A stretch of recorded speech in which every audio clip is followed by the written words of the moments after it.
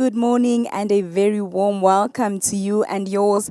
This morning, we're coming to you from the Ohangwena Region here at Okanghudi village, where a significant milestone in Namibia's history and heritage will be taking place. This morning is the official inauguration of the Hifikepunye Pohamba Education Centre that is being facilitated by the Ministry of Education. There's lots happening here this morning. We'll be bringing you field speeches as well as the full program as it begins to unfold. Before that, though, we're going to have some chats with some of the dignitaries that have been invited. And standing with me this morning is Dr. Pea Mushelenga, who is a Member of Parliament and also former Minister of the Republic of Namibia. Dr. Mushelenga, good morning and thank you so much for your time. Welcome. Thank you. A very good morning to you. Well, of course, this is an incredible occasion taking place this morning here at Okanghudi with the opening of the Hifikepunye Pohamba Centre of Education. Just tell us a little bit about your thoughts around this inauguration that's happening this morning. Well, this is a very important occasion. The Hifikepunye Pohamba Education Centre is here to serve the community, not only the community of Okanghudi or Ohangwena, but everyone who would want to come and do research. As you know, there is a library here, is welcome to go into the library and peruse through the books. The importance and significance of this center is that school-going children, university students, researchers do not have to travel long distances to go to other places in order to look for information. Well, of course, I also understand, Dr. Mushelenga, that you are donating 55 books to the center, Education Centre. Tell us about the books that you're donating today. Yes. So when President Hifikepunye Pohamba called me to invite me to this occasion, I was saying, what is the best present to take to such a center? So I have 55 books to donate to the library. They are a mixture of children's books, fiction books, academic books, and history books at the university level also. And knowing that we are bordering Angola, I know that there will be some persons from the Angolan community coming here. 3 of the books are in Portuguese, so that when Angolans are coming here to do research, they will be able to read those books. Well, Dr. Mushelenga, just as we round off our discussion this morning, perhaps a word of congratulations to former President Dr. Hifikepunye Pohamba that you'd like to share on this occasion. Well, as you know, President Pohamba just turned 91 years on the 18th of this month. I would like to extend my heartfelt congratulations to him and wish him good health so that he still continue imparting wisdom onto us. Thank you so much for your time, so we appreciate it. Welcome. Well, that was Dr. Pea Mushelenga speaking to us there. As I mentioned, he's donating 55 books to the center that is being inaugurated today here in Okanghudi. Now, this center is not only a library where young children, school-going learners can come and read. It also acts as a museum where there's artifacts and pictures that are directly linked and related to Namibia's history. And then they've got a technology hub. The technology hub really has features some equipment in there to have them come and make use of the free Wi-Fi, as the Deputy Minister mentioned in one of our discussions earlier this week, where they can come and do research and, of course, at no cost to the community within this area. We're going to take a very brief break. When we come back, we've got some more conversations happening here from Okanghudi.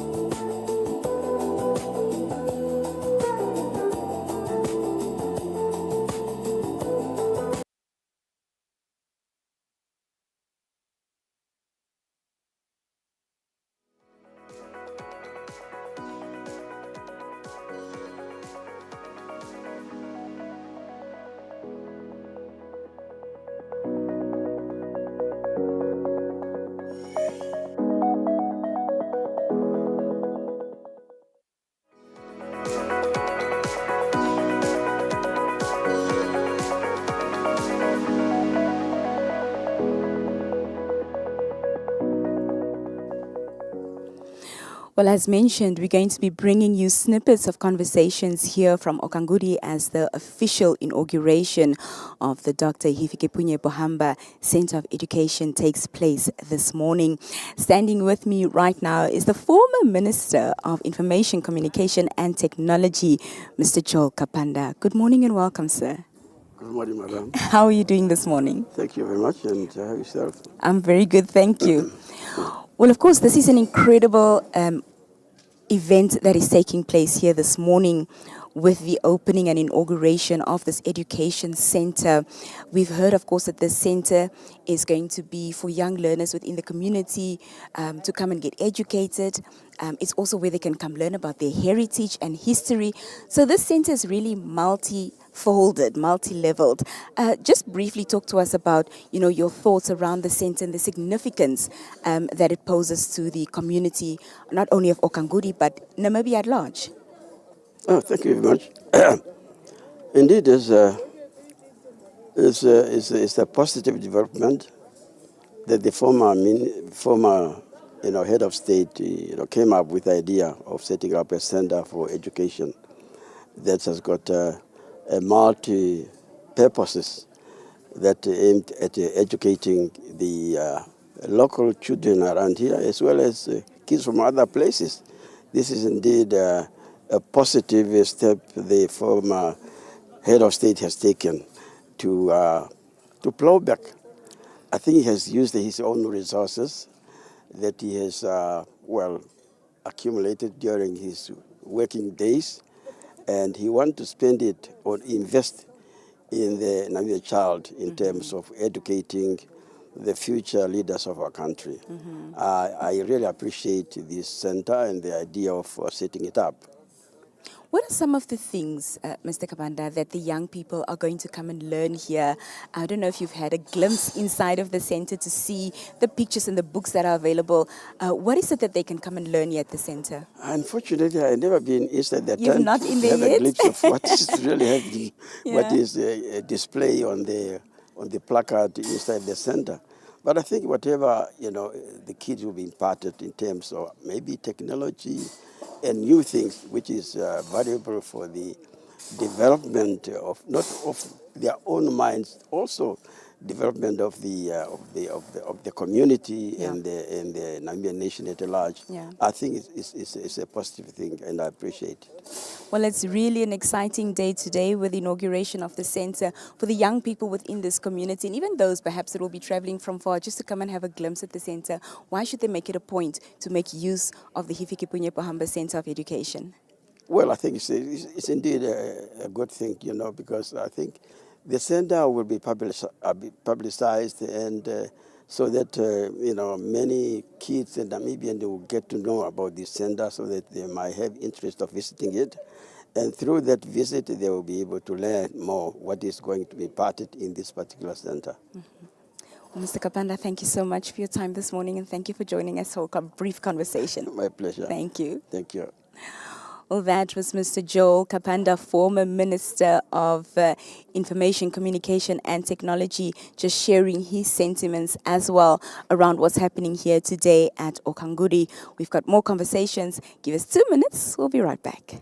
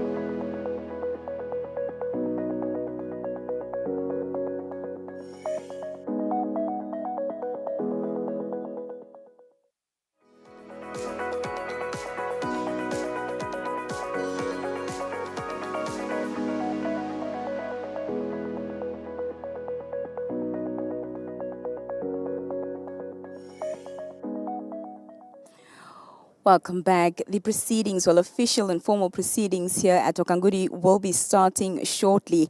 But prior to that, we're still having some snippets of conversations. And joining me now, just to share his sentiments about the significance of what's transpiring here today, is Ambassador Elia Kayamo, who was the former ambassador of Namibia to China. So good morning. I almost said good evening and welcome. Good morning. How are you doing this morning? No, okay, thanks. How are we? I'm good, thank you. Yes. Well, this is such a beautiful event that's taking place here today in honor of, fostering education, heritage, history among the young people of not only Okanghudi, but of Namibia. Just talk to us about your thoughts, of course, this morning on what's transpiring here and the excitement of the inauguration that will be taking place. You know, I think the excitement is very clear for everybody. Yeah. Because Comrade Pohamba, as the former president, has done a good job by creating this center so that our people can learn about where we are coming from, where we are and where we are going. Mm-hmm. So that whenever he's no more there, we have something to give it as a legacy. Yeah. Yeah. A lot of times when it comes to learning of our legacy, learning of our history, young people will talk about not having access to spaces like this. And it's almost as if the center has been brought closer to them. The center is not only a library, but it also is a museum as well as a technological hub. So to the young people that will be visiting the center, what would you like to say to them pertaining this inauguration that's happening today? No, I want the young people to use the opportunity. To visit this center and to make it more known, popular among their peers, so that they as a group and as a future leaders can benefit from it. Yeah. Well, any message in conclusion that you'd like to perhaps give to our former President Hifikepunye Pohamba on this auspicious occasion? No, we thank all of us thank Comrade Pohamba for creating this space for us. So we continue to respect his legacy, we continue to respect his leadership, and we like him, we love him. Thank you so much, and please do enjoy the proceedings of today. Thank you. Well, that was Ambassador Kayamo giving us his thoughts there on what's transpiring here at Okanghudi, the homestead of former President Hifikepunye Pohamba today. We're going to have more conversations. Stay with us. We'll be right back.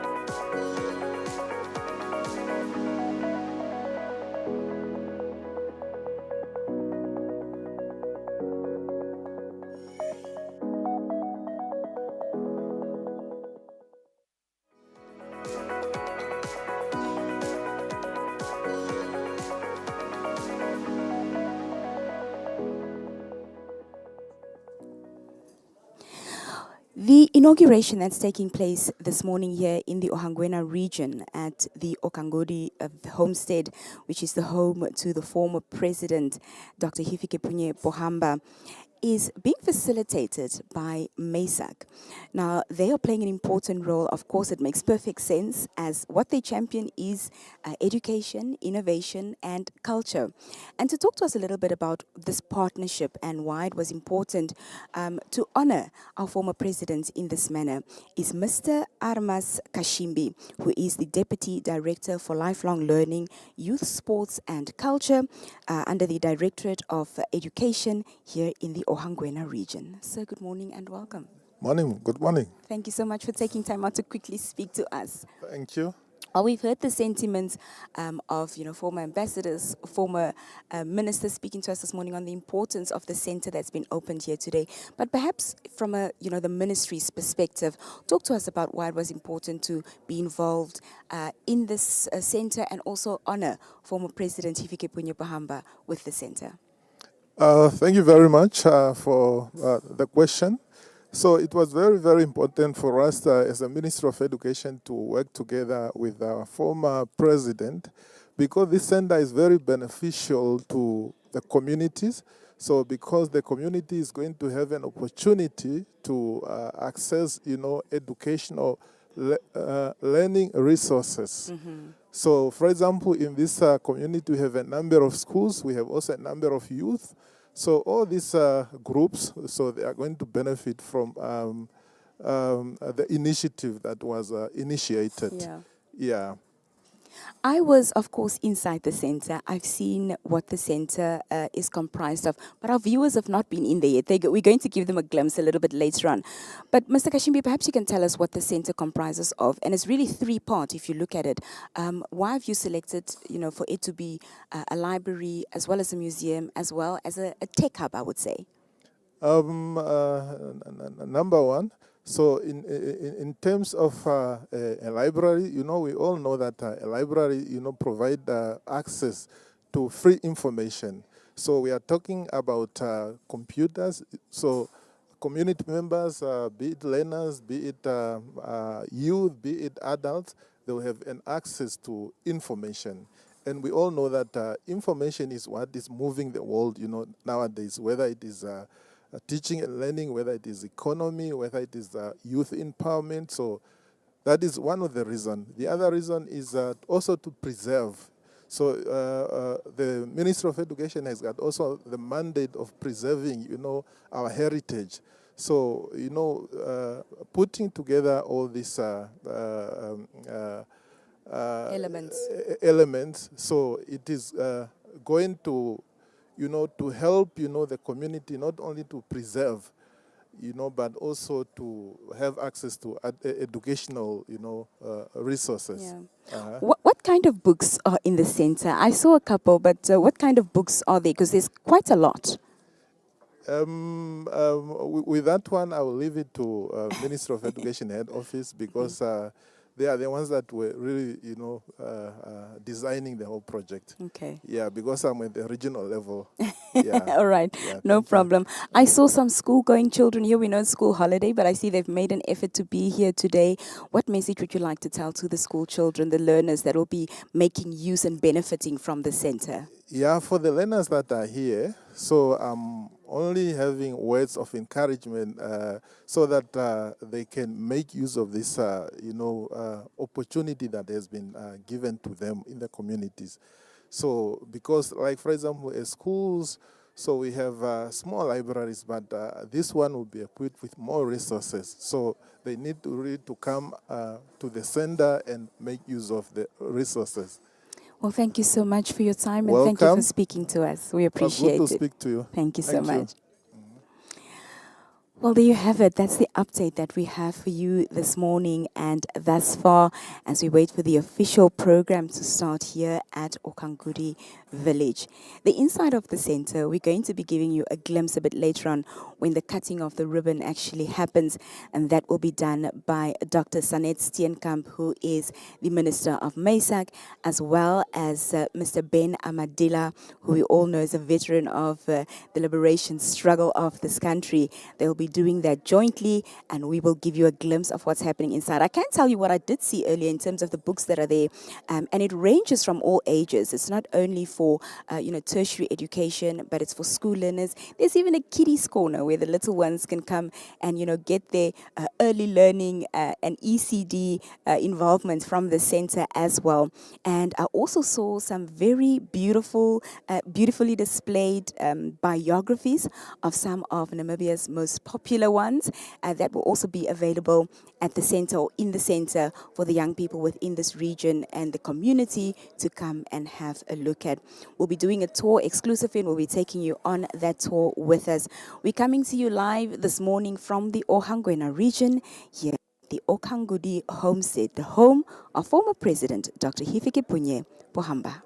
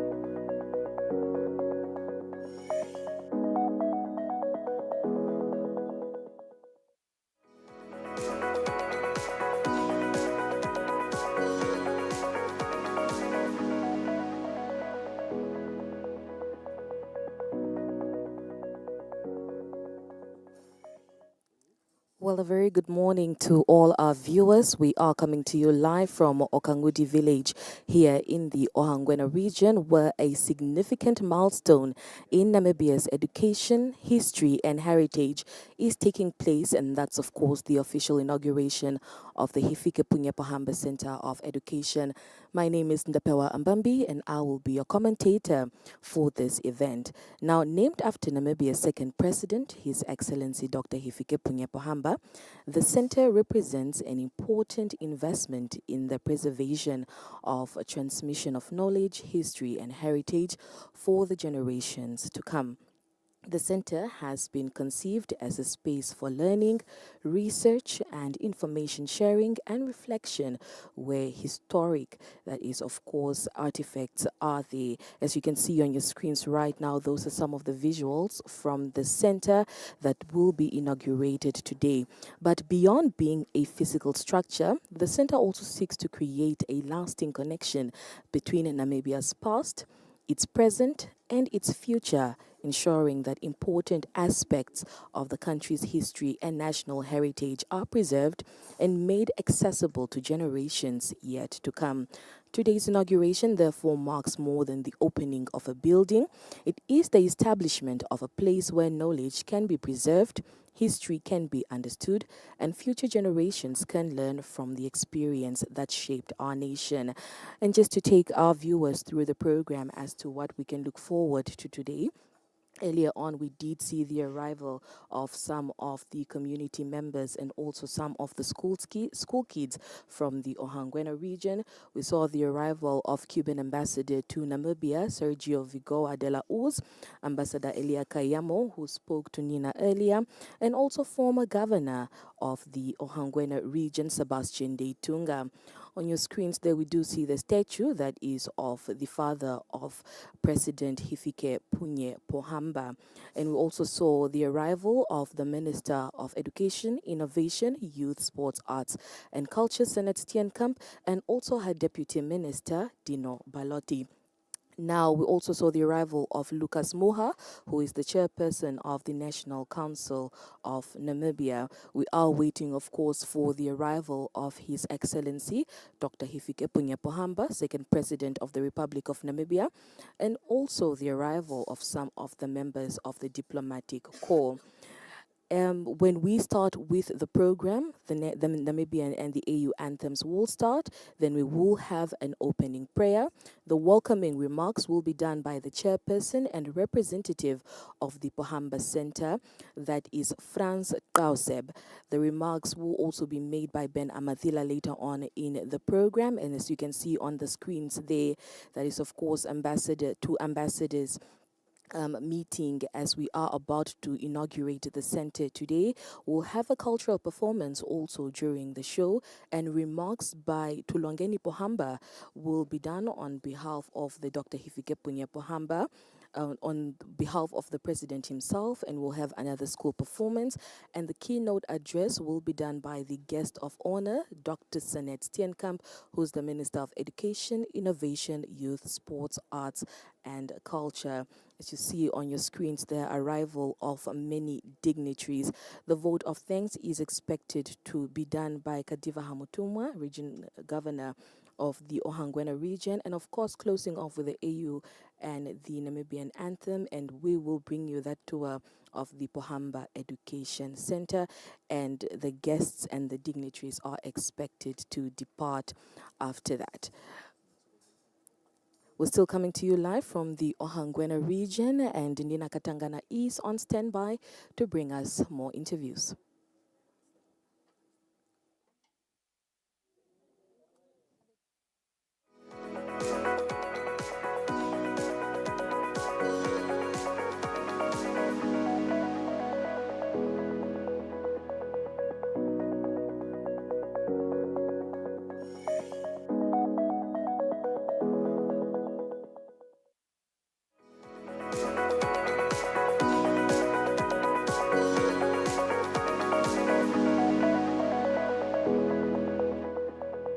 Here today at Okanghudi, Madam Katrina, Senior Librarian for the Ohangwena Regional Inauguration of the Education Centre. Ma'am, good morning and welcome. You look lovely, I must say, firstly. Well, we know that you are the Senior Librarian for the Ohangwena Regional Library, and this is one of the parts that have access to library. It's full of books. We had a little bit of a look yesterday and this morning. Talk to us about the importance of not only having access to books, but the role books play in the education of people. Thank you very much, ma'am, for a question. Library, especially this side of Okanghudi, it's a privilege to us knowing that the Ohangwena Regional Library is a bit far in Helauna Fidi, having it this side, access to so it will bridge the digital between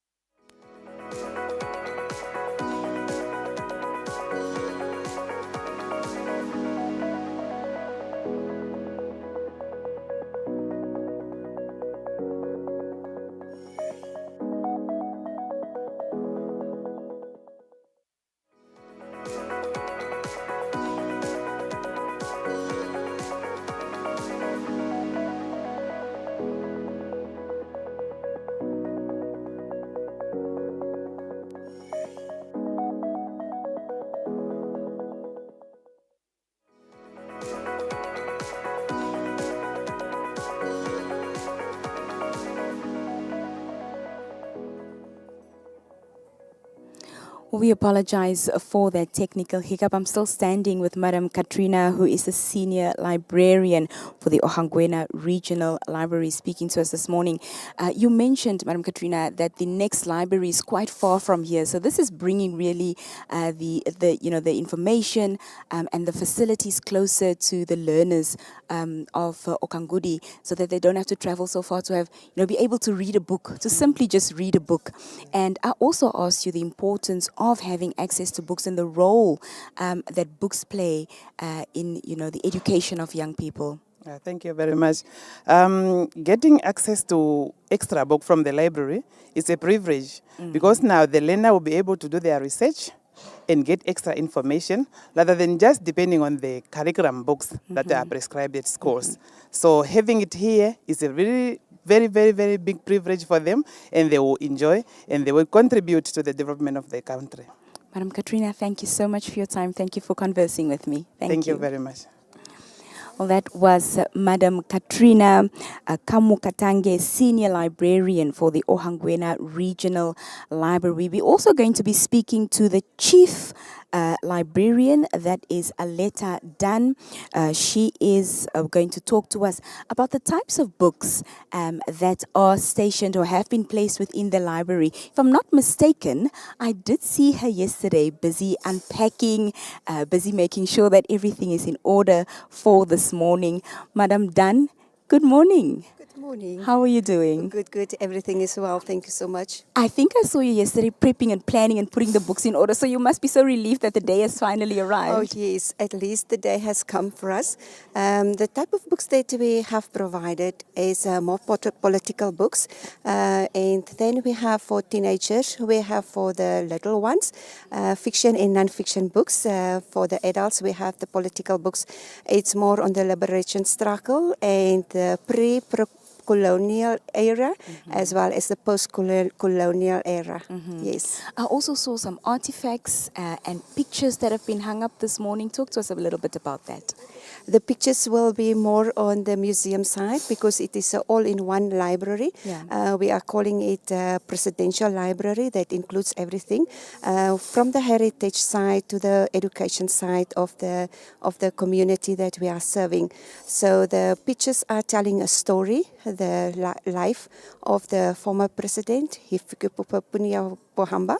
And that is how it's going that side. Yeah. Yes. How would you like the young people that are going to come and benefit from the center to utilize it? Yes. Libraries are not just a place where books are kept. It is a place where we are learning. Every day life is a process of learning, and we want these children from the age of 7 until age of 17 to make use of this library optimally, because this is how we learn. And libraries provide a place, a safe place where we can study. It's providing a place for development. And we also are offering programs such as outreach programs. We have learning support in our libraries, and there are so many. And we are even offering ICT training in our libraries. That's fantastic. Yes, for development. So these young ones are going to have an incredible, full, all-rounded experience at the center. Oh yes, they are going to have. And the nicest part of all is all services are for free. Yeah. The access to information is for free. That's fantastic. Madam Aleta Dan, thank you so much for your time here, and thank you for the hard work and preparation that you've put into making sure that we inaugurate the center today. You're Thank you most so much. welcome. Thank you. That was Chief Librarian Madam Aleta Dans speaking to us there about the types of books that this library will be hosting. A lot of political books, a lot of biographies, but also books for teenagers. And as I mentioned much earlier, there's also a kiddies corner, so the little ones can also come and do something here. We'll be right back after this very brief break, and we'll be having a little bit more discussions.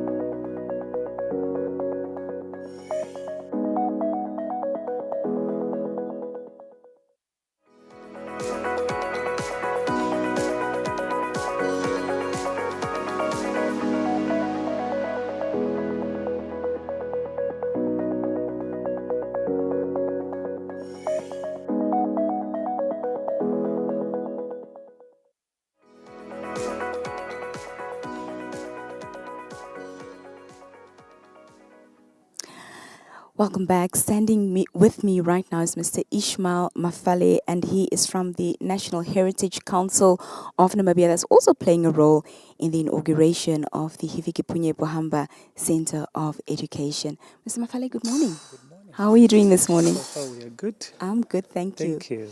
Well, to start with, perhaps talk to us about the role that the National Heritage Council of Namibia is playing in this inauguration of the Education Centre today. Okay, thank you very much for the question. The National Heritage Council's role is very simple, and that is to ensure that the site is declared as a National Heritage Site. Why are we declaring it as a National Heritage Site? Yes. Is that the center is dedicated to His Excellency, Dr. Hifikepunye Pohamba, one of the key players actually in the liberation struggle of Namibia. Mm-hmm. Yeah, the center carries significant value in its education, Mm-hmm. where we feel that the contribution of this center to education is very important. Mm-hmm. Secondly, we are more focused on the tree, a historical tree that is in front of the center, which served as a meeting place. That was in June 1963, where key mobilization meetings were taken, were held actually, that is with the SWAPO members. Mm-hmm. Mm-hmm. And then also the other aspect that we are looking at is the statue of His Excellency, Mm-hmm. where he was actually holding a meeting and talking to or addressing SWAPO members in Angola. The three items are very important. We feel they need to be preserved for Namibians to actually learn about the history of His Excellency and his role in the liberation struggle. So in a nutshell, this is where we are coming in as a National Heritage Council to ensure that we protect the place for the future generations. And also it will serve as a cultural, it also carries a cultural value or significance where the young ones can come and learn about culture within the center. Yeah, so that's where the National Heritage Council is coming in, just to ensure that the site is preserved for the Namibians and it will be done through declaration of the site as a National Heritage site. That's beautiful. We're looking forward to it. We're excited. Thank you so much for your time this morning, Mr. Mafale. Thank you. Thank you. Well, that was Mr. Ishmael Mafale speaking to us there from the National Heritage Council, explaining exactly what their role is in the proceedings of today. Education, heritage, and legacy. These are the themes that will be discussed and explored through the program and the inauguration of this education center today. The tree that Mr. Mafale spoke about really is significant, and a bit later on in the program, His Excellency, former President Dr. Hifikepunye Pohamba, will be sitting under that tree with the dignitaries and the invited guests who are here today, listening to him narrate on what the conversations were that happened, what the decisions were that were taken under that tree amongst him and his comrades at the time as they were struggling and fighting to bring this very country to liberation. Well, that's what you can expect in the next hour or two. We'll be taking a break and we'll come back with some more after that.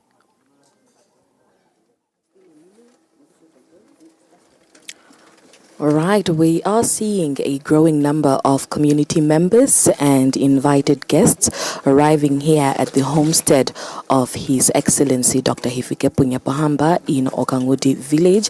On your screens there, you do see Lucas Muha, the chairperson of the National Council of Namibia and also Member of Parliament and former Minister Peya Mushelenga.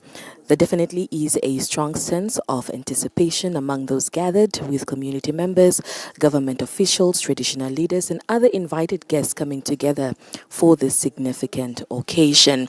The atmosphere is definitely one of celebration and pride as people gather to witness the inauguration of a center that is expected to contribute to the education, the learning, and the preservation of a legacy of Namibia's second president, Dr. Hifikepunye Pohamba.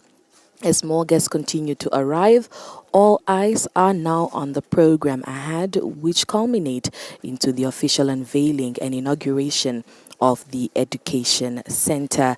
Just to walk our viewers through the program this morning, right now we are awaiting the arrival of His Excellency Dr. Hifikepunye Pohamba, second President of the Republic of Namibia, an arrival of guests of honors, that is of course, and other dignitaries. We will start with the Namibian and AU anthems, an opening prayer, and of course the welcoming remarks by the chairperson and a representative of the Pohamba Center, Mr. Franz Koaseb, and also remarks will be done by Ben Amadila, a veteran of the Namibia liberation struggle.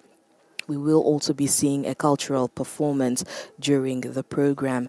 And of course, later on, Mr. Tulongeni Pohamba will be giving us a speech on behalf of His Excellency Dr. Hifikepunye Pohamba, the second President of the Republic of Namibia. And we will also be having an introduction of the guest of honor that will be done by the Deputy Minister of Education, Innovation, Youth, Sports, Arts and Culture, Dino Balotti. He will be introducing the guest of honor, Dr. Sanet Steenkamp, the Minister of Education, Innovation, Youth, Sports, Arts and Culture. And then we'll have the official inauguration, the unveiling and ribbon cutting ceremony that will be done by the Minister of Education and also Ben Amadila, and the vote of thanks later on to close off, and we will be seeing a tour of the Pohamba Education Centre. Right there on our screens we see Sebastian Ditunga, who was the former governor of the Ohangwena region. Well, for those who do not know anything about the centre will be bringing together three key components: a museum, a library, and a technology hub, creating a space focused on preserving history, promoting access to knowledge, and embracing technology and innovation. Now, the museum will provide an opportunity for visitors to learn more about Namibia's history and the life and legacy of Dr. Hifikepunye Pohamba, while the library will provide access to educational resources and encourage a culture of reading and learning. Earlier on, Nina Katangana spoke to Member of Parliament Peya Mushelenga, who is donating 55 books, and also just highlighting that some of those books are international. Also, the Technology Hub is also there, and it's designed to expose young people and the wider community to digital tools, technology, and also new developments for learning and development. Together, these three components make the Education Centre more than just a facility. It is intended to serve as a place where history, education, and technology come together, specifically for the benefit of young people and also the surrounding community of the Ohangwena region.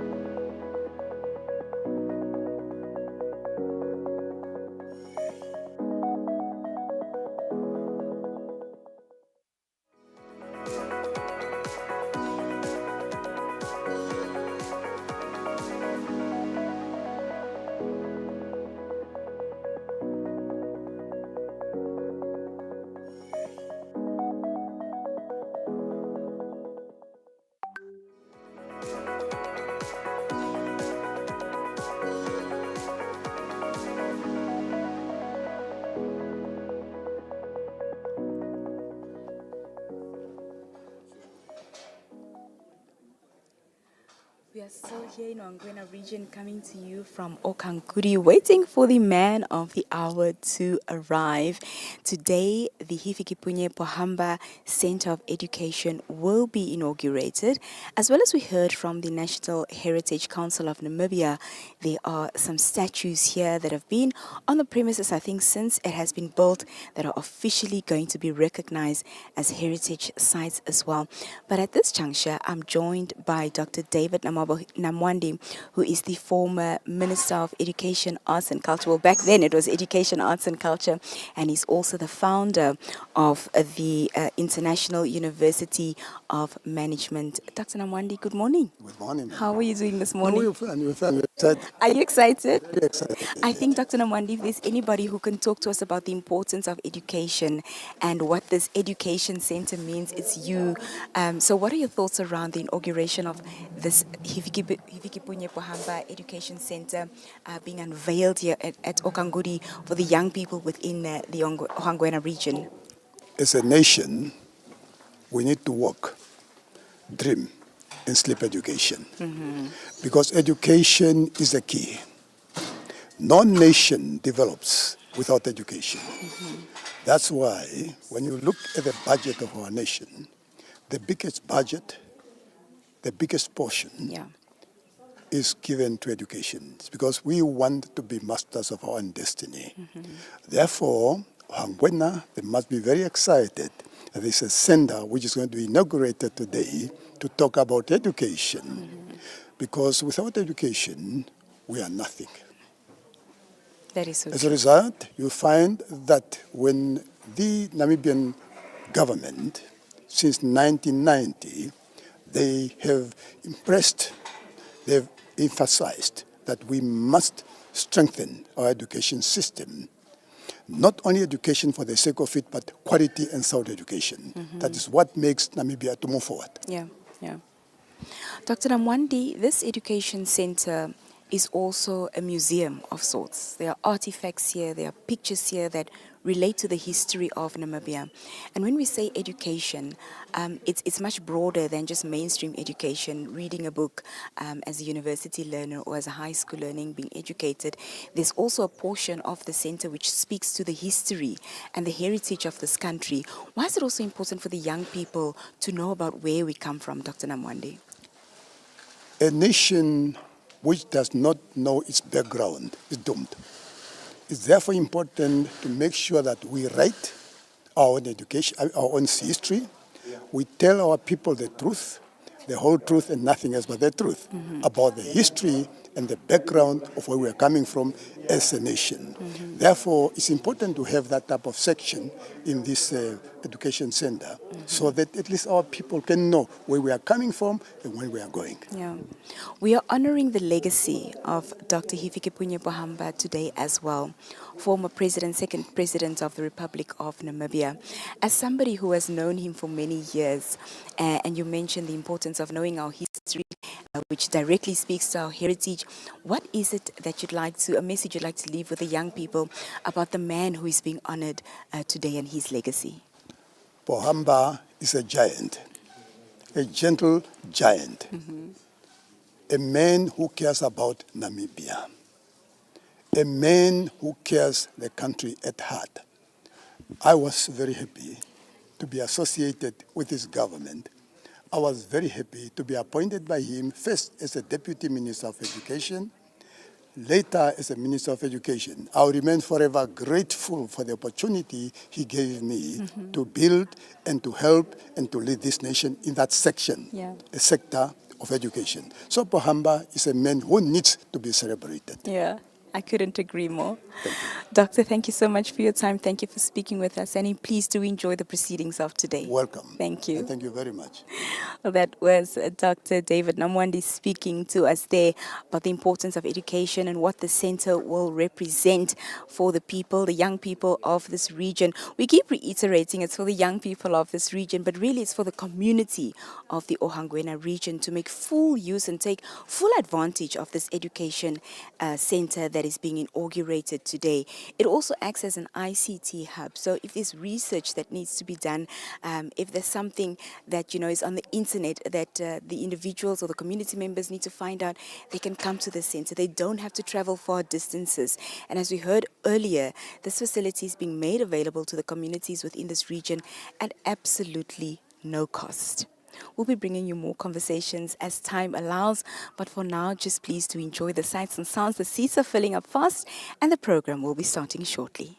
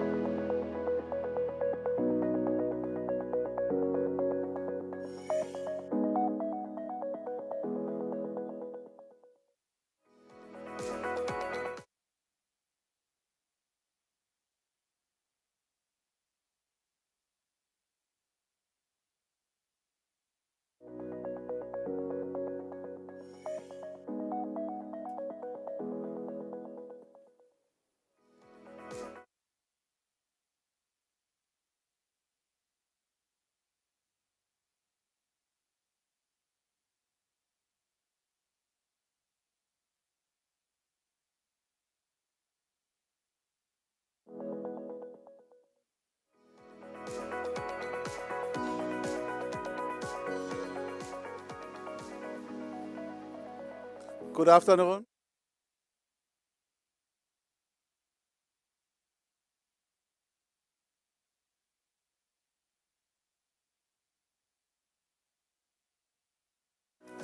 Honorable Ben and Amadila will be arriving soon.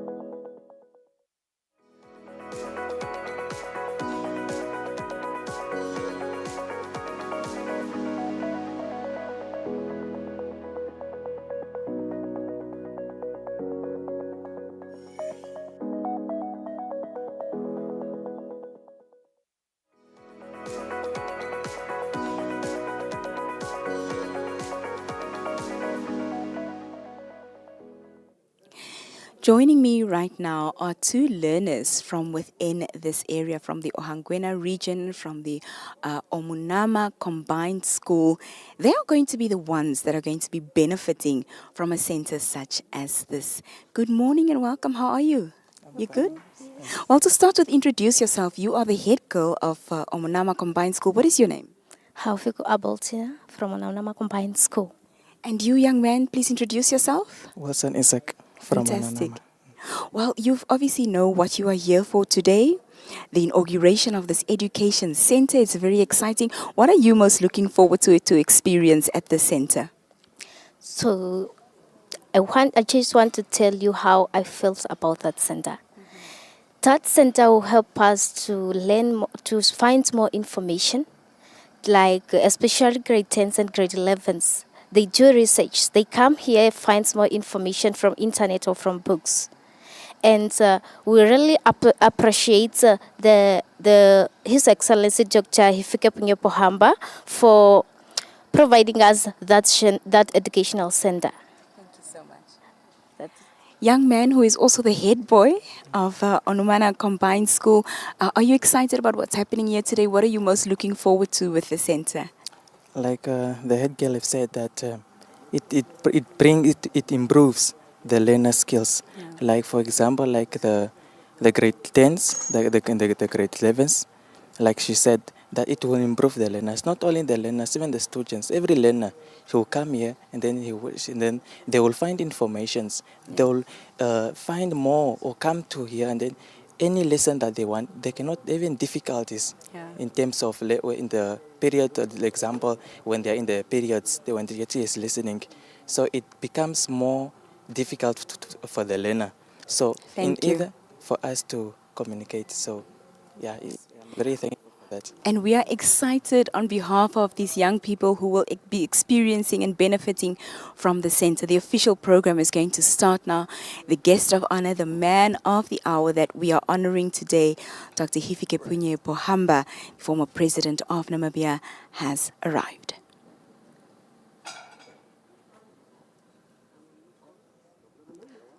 And as we see on the screens there, that is the arrival of His Excellency, Dr. Hifikepunye Pohamba, second President of the Republic of Namibia, arriving for the official inauguration of the Hifikepunye Pohamba Education Centre, and also just hearing from the crowd there a round of applause. He is arriving, that is of course with Ben Amathila, as we expect Ben Amathila, and also Dr. Sanet Steenkamp, who is the Minister of Education, Innovation, Youth, Sports, Arts and Culture, expected to do the official inauguration and unveiling and also the ribbon cutting of the ceremony. The arrival of the second president also basically highlights that the program is about to start. And the program will of course start off with the anthems and opening prayer, welcoming remarks by the chairperson and representative of the Pohamba Center, Mr. Franz Kwaseb, and also we will look forward to remarks by Ben Amathila, who is the veteran of the Namibia liberation struggle. We will also be having cultural performances, that is of course during the program. The keynote address will be given by Dr. Sanet Steenkamp, the Minister of Education, Innovation, Youth, Sports, Arts and Culture. And of course, we will be looking forward to the vote of thanks at the end of the program, closing off with the AU and the Namibian anthem, and of course a tour of the Pohamba Education Centre, and we'll look forward to the guests departing. But for now, we cross over to the podium, to the Master of Ceremony, as we start with the official program. Can we have someone to lead us?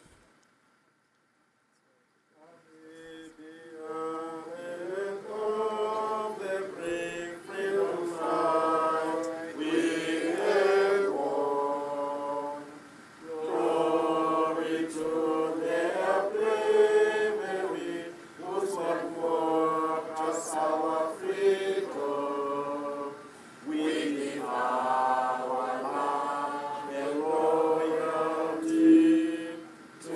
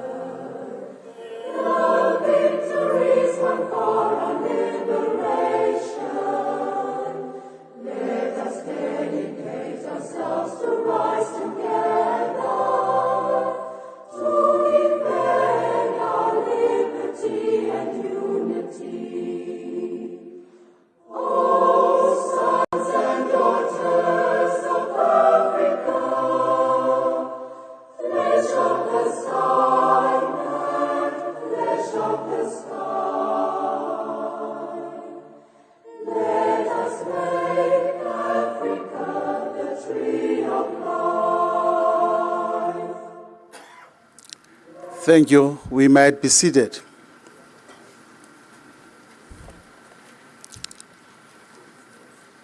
I am Franz Clausep from the Office of the Second President. I'll be your director of these ceremonies. Now, without any further ado, I have to call upon Reverend or Pastor Jackson for a scripture reading and a prayer.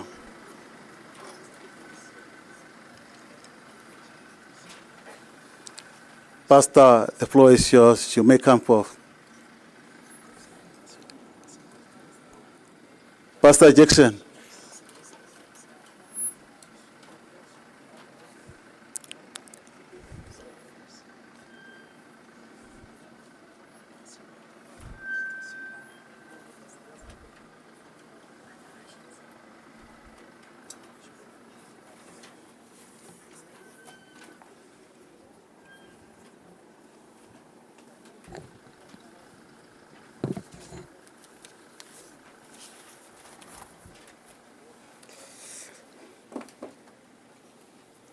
Medina la kalungo khenolomon nolome baya puki amen.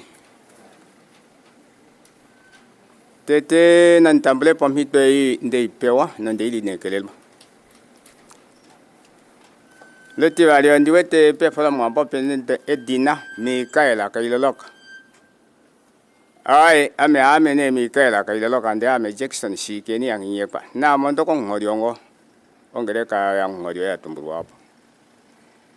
Simba beshinge beshingo kuchonda jakwe fimbo peni nane beshinge wetengo kucha ononkulupe shinda jako ndewe te kwa shike bali asike haidu kushilonga ngosilonga shome fimbo ngashesi haishilongo peifene nanga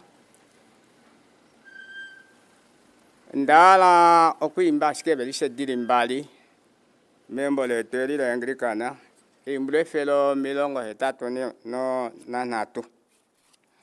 Ebelisa iketo pehovelo diriash kembali. Kodo dalitinga.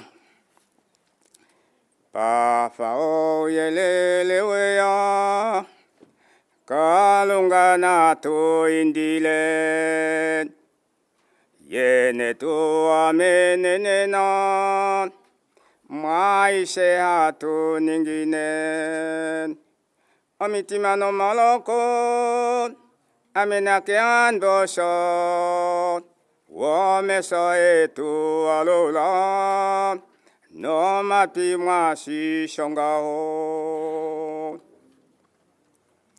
Wokana komonti maka Ninga kakale kaelo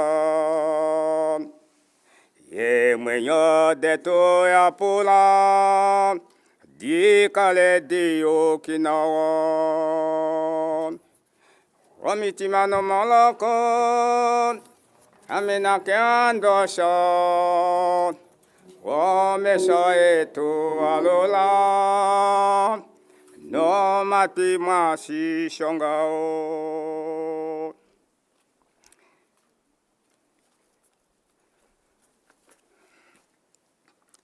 Nato pelenyon shit.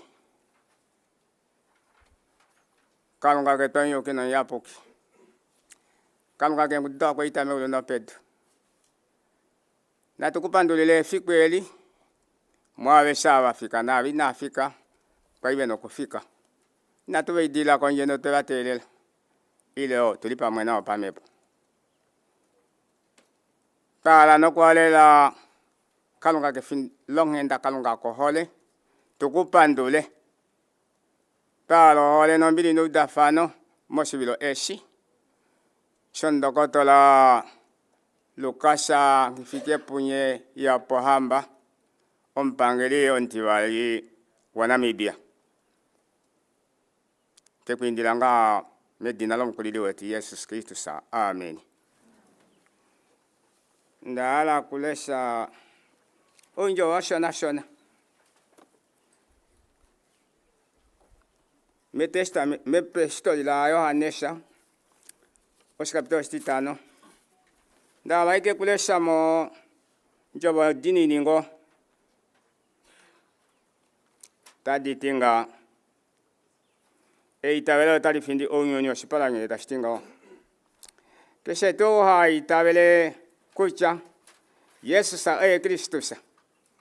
Oya darwa mokalunga. Delegation owe ehole owe mudala. Oye ehole yo o adalwa kuye. Delopo tu opo hatu shiva kucham. Otuhole owana wakalunga. Genge tuhole kalunga. Dila tu itabele atu dini no ipango yae. Sesi ole yokuhola kalunga. Oyo tu kucham. Tu dini ne ipango yae. No ipango yae otai. No ipango yae. Kaifi o iju. Sesi kese esi shadalwa kukalunga itasifindi. Shadalwa kukalunga otasifindi onyoni. Nefinda no eli otali findi onyoni olo eitawelo letu. Olero ta findi onyoni ngenge kefi outa aitawela Yesusa oye omana wa kalunga. Jowe ondenda hale ininge fano letu. Ne ngono meni mamitima detu. Bulota imba olongula. Olota itumba kucha peife uyelele wea. Kalunga na tumu indile. Ise tukufamu ufiku. Twa jama. Noko teta mu uyelele. Tumbula wa miti mano malaka yetu. Akaleli meitavelo, mohole, mombili, meinekelo. Kalunga. Sasa isei yashangba membomo yashangba onnu kese onshita kese yashangba onnu shosho ne kapena no helendi fa kuye mwenende ne tate kalunga ashike ohetu endifa na baina tuitavela na batuitavela obashitwa wakalunga asikonjo wayama kuse taitu pike meni momitima detu mwi tuningo baitaveli na waholi kalunga. Sashi atudu kuli hola sevene. Ndena tu hole kalunga. Tete komesho ini maisi. Eitavelo nalikalelo tete. Notivali ombili. Yole taihunina. Mokatiketu. Mukeshumwe. Amen.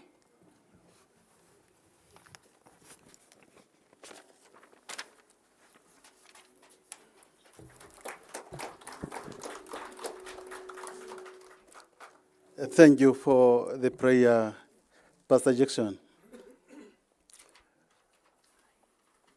This is a special place where the visionary leadership has met many years ago. This leadership have met for one purpose, with one vision, for us to have today an independent Namibia.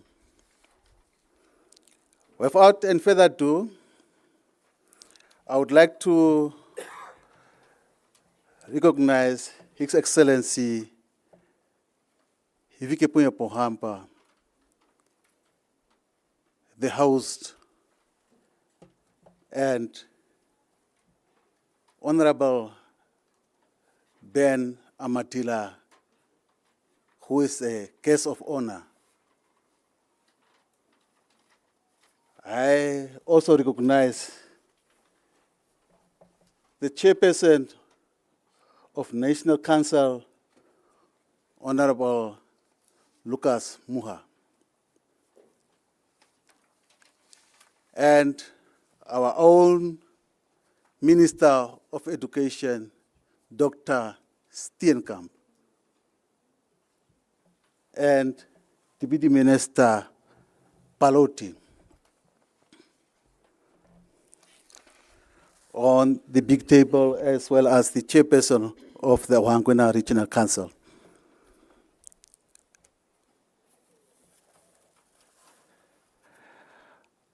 I have noticed that we have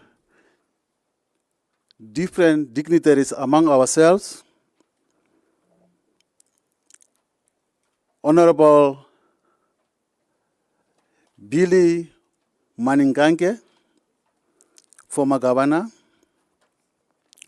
Honorable Joel Kapanda, former minister.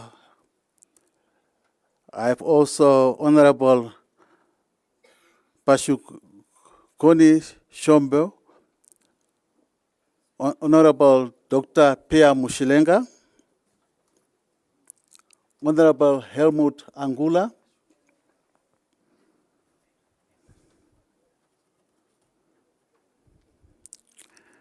General Taitunga, retired Ambassador Elia Kayamo.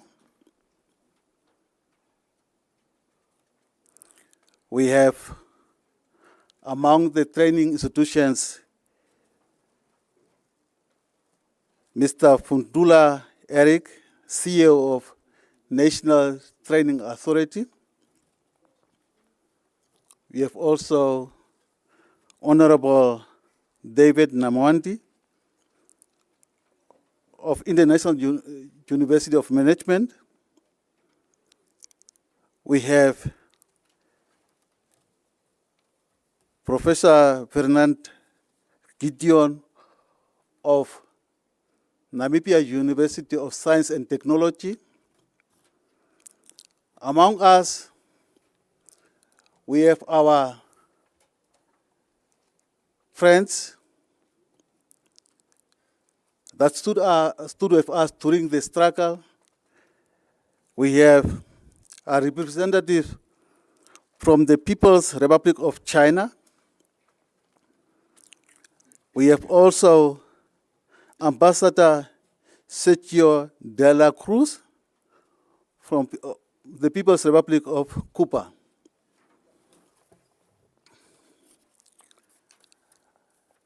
Among us, we have also our constituency councillor, Hilaria. There are traditional leaders that are representing Okanghudi Traditional Authority and many dignitaries. Ladies and gentlemen, I will take the whole day if I have to go through to name everyone around here. Now we acknowledge your presence here. Please feel acknowledged.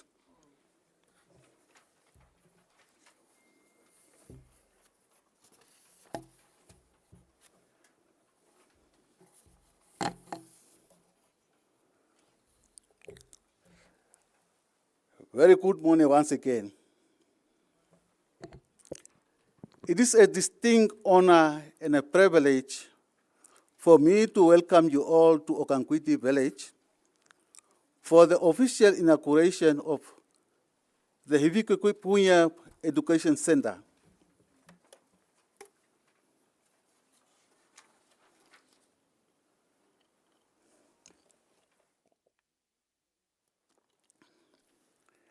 I stand before you today in my capacity as Special Assistant and Head of the Office of the Second President of the Republic of Namibia, having been entrusted by His Excellency Dr. Hifikepunye Pohamba with the responsibility of chairing this important occasion and representing the Pohamba family.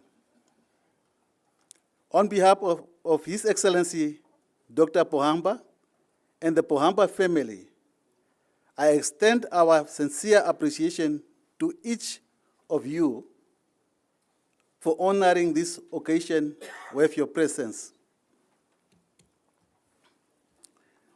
Dear distinguished guests, the occasion before us today is fundamentally about education, knowledge, and opportunity.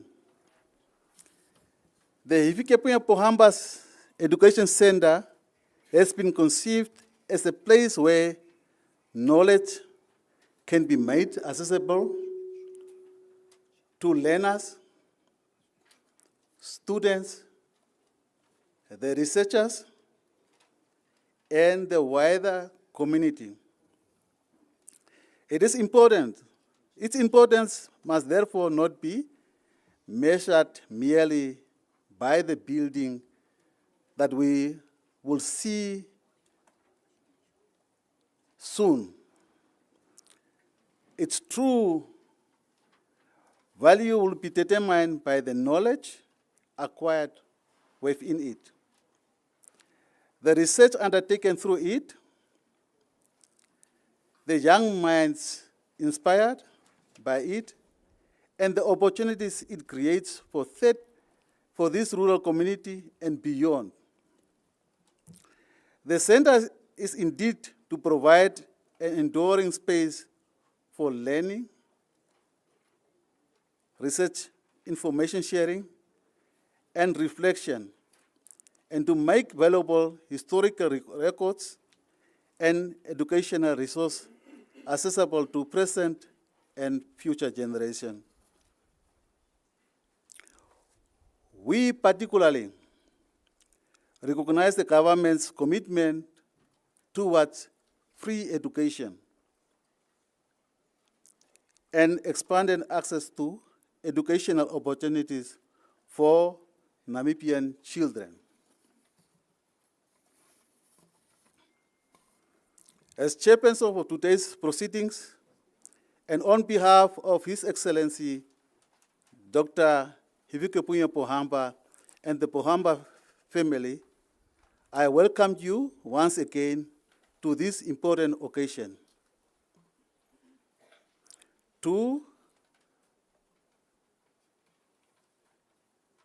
We are inaugurating more than a building. We are opening a door to knowledge. We are creating opportunities for aspiring researchers. We are bringing educational resources closer to a rural community. And we are preserving knowledge that should be passed from one generation to another. May this center inspire our children to read. May it encourage our young people to research. May it connect our rural communities to a greater educational opportunities. May it preserve knowledge for generations yet unborn, and may it contribute its own meaningful way to building an educated, knowledgeable, and innovative and prosperous Namibians. On behalf of His Excellency Dr. Hifikepunye Pohamba and the Pohamba family, I welcome you all to the official inauguration of Hifikepunye Pohamba Education Centre.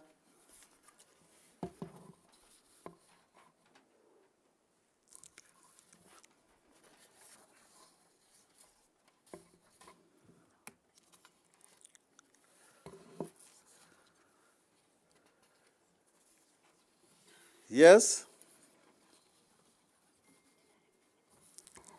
to the young people and the learners of Okanghudi, Ondobe,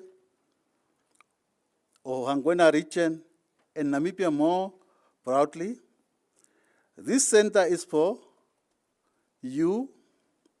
Use it, read here, study here, conduct research here, ask questions here, learn about Namibia's history here, use the technology to connect yourself with knowledge beyond and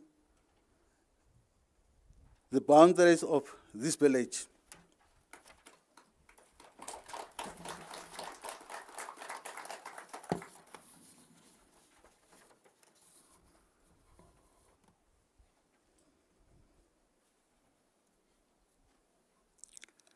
and may it contribute in its own meaningful way to building an educated, knowledgeable, innovative, and prosperous Namibia. Once again, welcome you all to the official inauguration of this center. With these few words, feel welcome.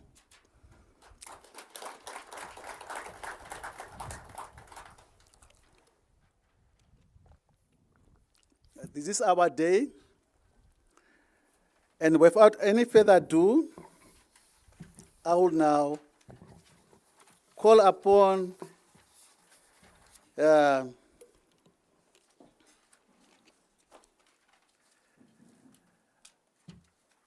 our own, the Minister of Education, to give us her remarks. I thank you. Honorable Minister.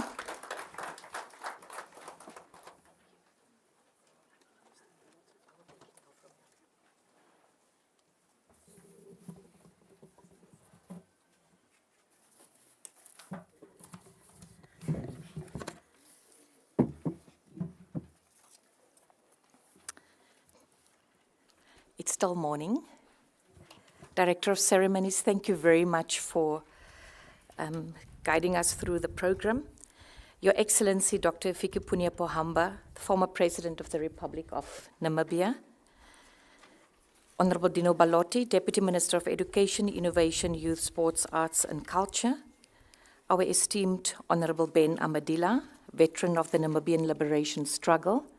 I equally wish to acknowledge all other veterans of the liberation struggle, equally those in former cabinet positions. Honorable Lucas Muha, Chairperson of the National Council of Namibia. Mr. Tulongeni Pohamba, representing His Excellency Dr. Hifikepunye Pohamba. Our esteemed traditional leaders, community leaders and representatives, members of parliament, distinguished invited guests, members of the Pohamba family, our members of the diplomatic corps that has also been acknowledged. Ladies and gentlemen, if I'm allowed, may I please stand on the protocol? I think our Director of Ceremony did an excellent job. Today, I bring you the warm greetings from Her Excellency, Dr. Netumbo Nandi-Ndaitwah, President of the Republic of Namibia, who entrusted me to represent her on this important occasion. Is it audible? And it's a privilege to do so. We are indeed gathered to mark the official handover of the Hifikepunye Pohamba Education Centre, which for us right here in Okanghudi is at the heart of our occasion, a very powerful idea that indeed legacy matters.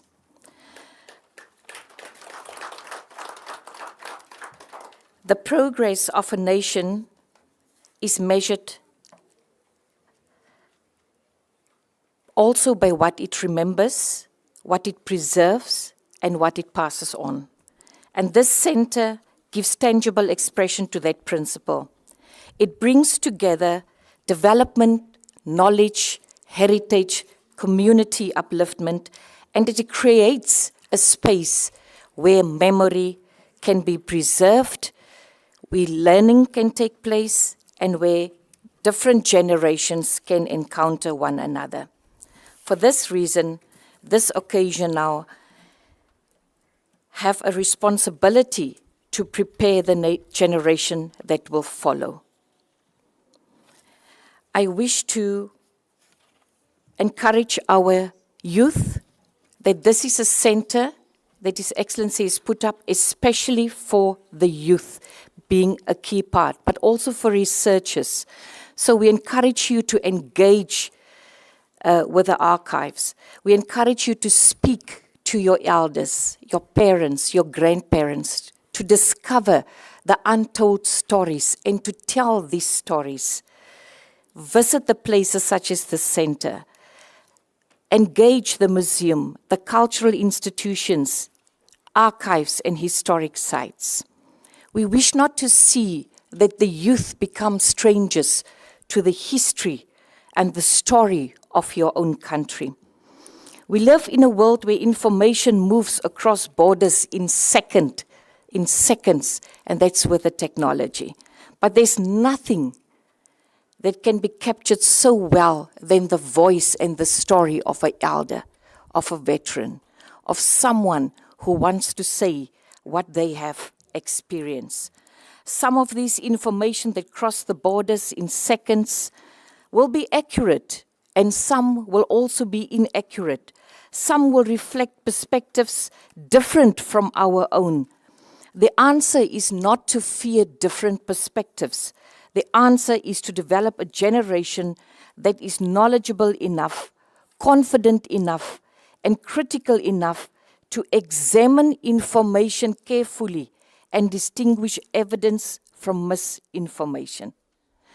It's important for us at this stage today to acknowledge, Her Excellency says, an informed generation is one of the strongest guardians of national memory. And knowing our history should not hold us back. It should strengthen our ability to move forward.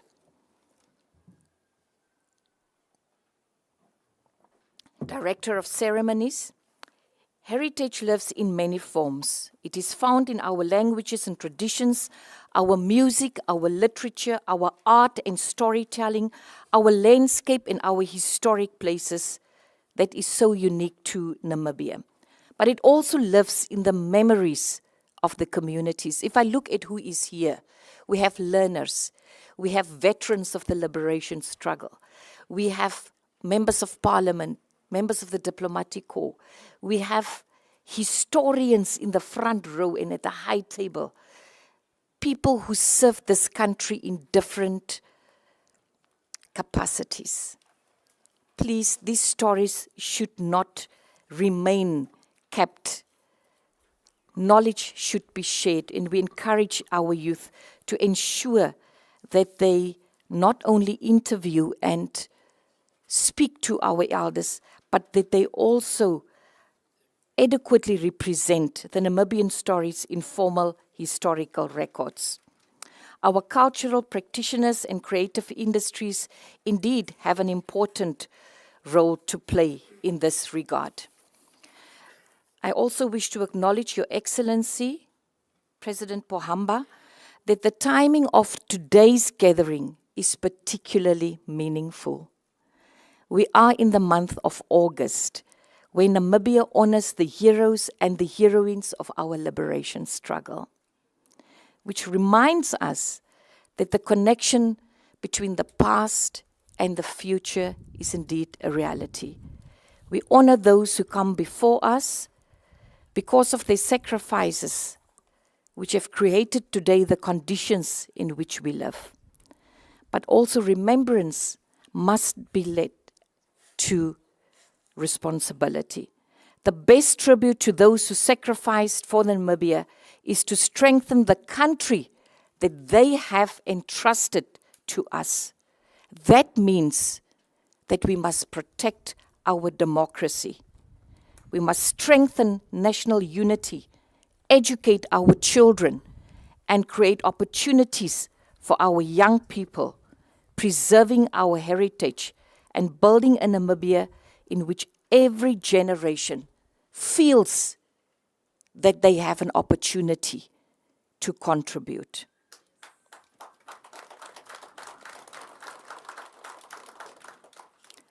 The courage required today may take different forms. It may take different forms from the courage that was required during the liberation struggle.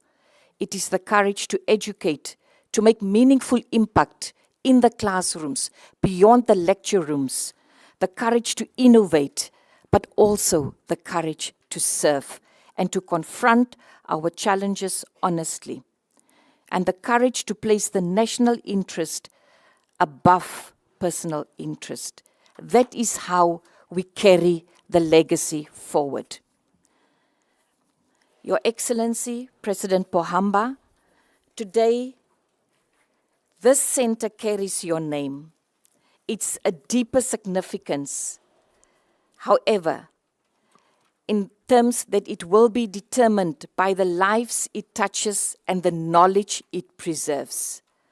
A young Namibian may one day enter these doors seeking to understand the journey that brought our country to independence. Equally, we may have researchers who discover here a piece of our history that would otherwise have been lost. An elder may share a story to use the space to help and make part of our history of a permanent national record. And a teacher may use the space to help learners connect to the history in their textbooks with the lived experience of their own communities. This is how a building such as the Hifikepunye Pohamba Education Centre becomes a legacy. And that is how a legacy becomes part of the life of the nation. Your Excellency, our President, Dr. Netumbo Nandi-Ndaitwah, says the following. Your Excellency, you have lived through colonialism. You participated in the liberation struggle. You witnessed and you were a part of the birth of our republic. You served the people of Namibia in government and ultimately as president of this republic. You may therefore experience many of the defining chapters of our national story. At this stage of life, one of the most meaningful questions a person can ask is not only, what have I achieved, but what will remain after me? And this Hifikepunye Pohamba Centre provides an answer because it brings knowledge, memory, and experience in the hands of the future generation. For that, President Pohamba, we express our profound gratitude. Thank you.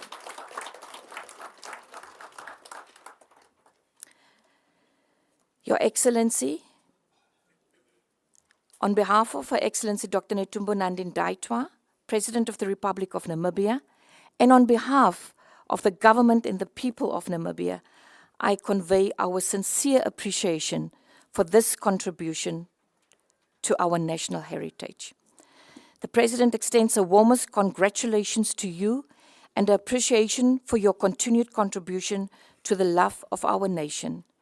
And as you celebrate in this August and the whole year of August, Your Excellency, as you celebrate your 91st birthday, may you take satisfaction in knowing that the values of service, of humility, discipline, and commitment that characterized your public life continue to inspire and positively influence many out there. Can we give a round of applause to Your Excellency? As the Proverbs reminds us, gray hair is a crown of splendor. It is attained in the way of righteousness. Today we celebrate that crown, Your Excellency. We celebrate your life of service. We celebrate a generation of sacrifice. And we celebrate a legacy that continues to speak. Happy 91st birthday, Your Excellency. President Pohamba, may you continue to enjoy good health, peace, strength, and the love of your family.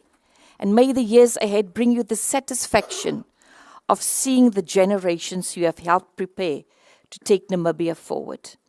May God bless you, bless Madame Hifikepunye Pohamba and the entire Pohamba family. May God bless the Republic of Namibia and its people.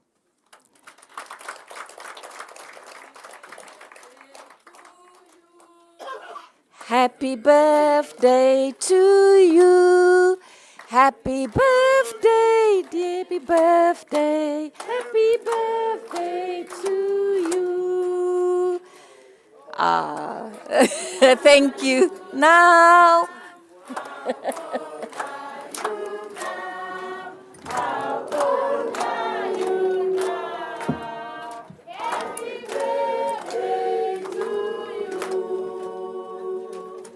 Thank you very much.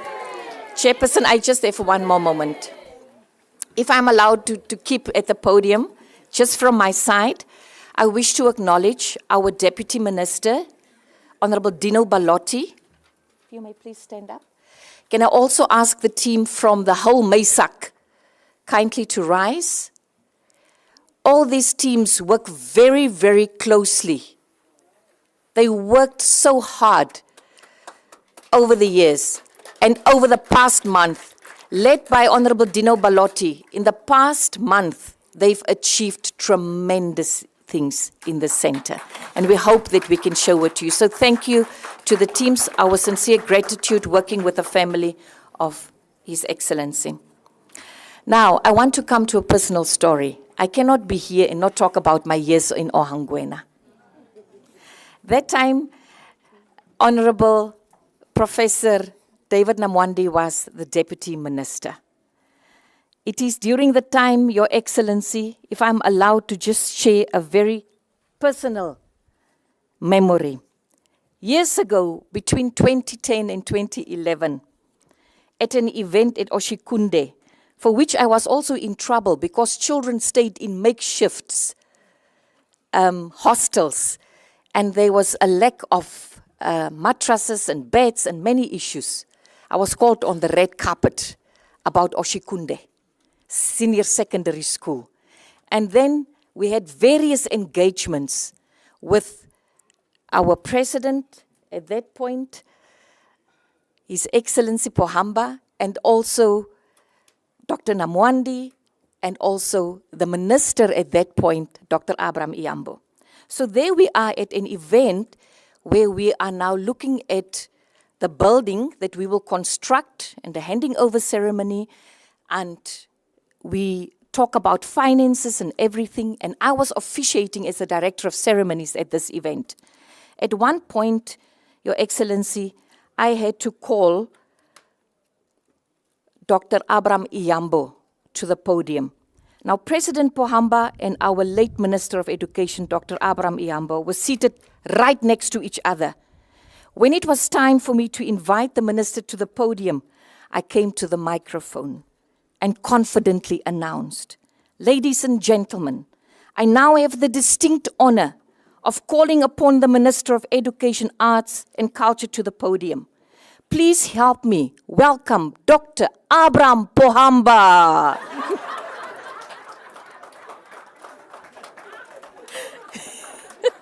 Boy, Shidi, that time when I said it, the whole place just erupted in laughter. And I realized immediately what I have done. So I pulled myself forward laughing and I said, "Your Excellency, these things happen when two great men are sitting next to each other." So, and that is a memory that I will never forget. Today, Your Excellency, that memory has come back to me with a particular fondness, because sitting beside you that day was Dr. Abraham Iyambo, a great son of Namibia whose contribution to our education system continues to live on. Thank you, Your Excellency, that I can today have the honor to sit next to you. I'm so honored. I'm so honored to be with all of you, and we thank you for making the time, everyone, in all the efforts that you've made to be here. We thank you and we salute you. Thank you very much.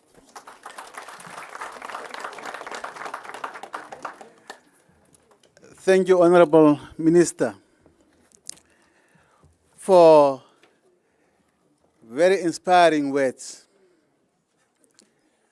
For us to reflect a bit back from where we are coming. And encourage us, for us to take education and our history, our past, to preserve it for the generation to come. Thank you, Honorable Minister. And while I have this power for this moment, also to thank the Deputy Minister. Yes, when the time is short, you have to run around to make it happen. Thank you, Honorable Minister. You did it. You did it. You did it. It is our responsibility to take charge of our own history, to make sure that our children, the generation to come, to know from where we are coming. That is a part that we have to guard.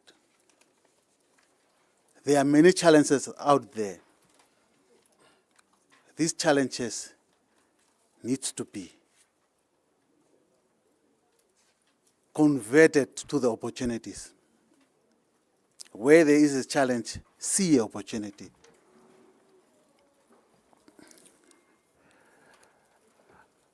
Now, I need to call upon now the very people for whom we are making these things to give us a performance. The cultural group, you may come forth and give us an item for us to be awakened. The floor is yours. The group.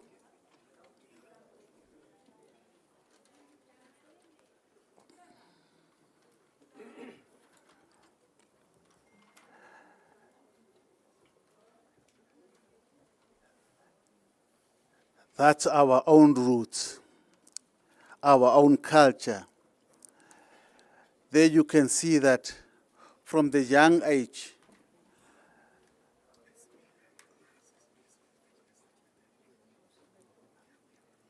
that's what we want to see, and we have to preserve it.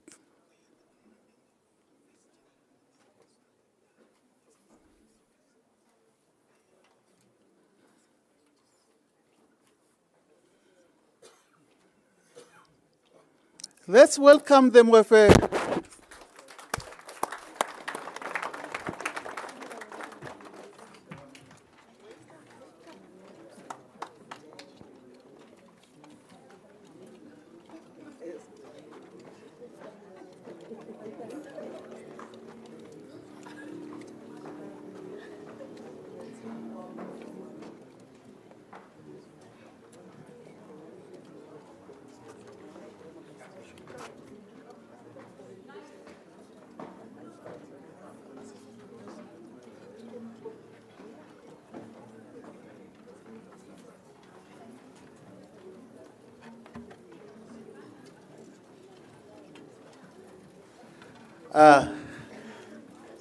Irene Komesha Apane, am I correct?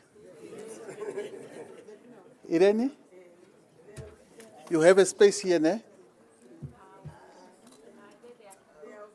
Are they fine there? Oh, okay, okay, okay. So we want to see the steps. Okay, then they can come a bit and backwards. Okay, thank you, thank you, thank you.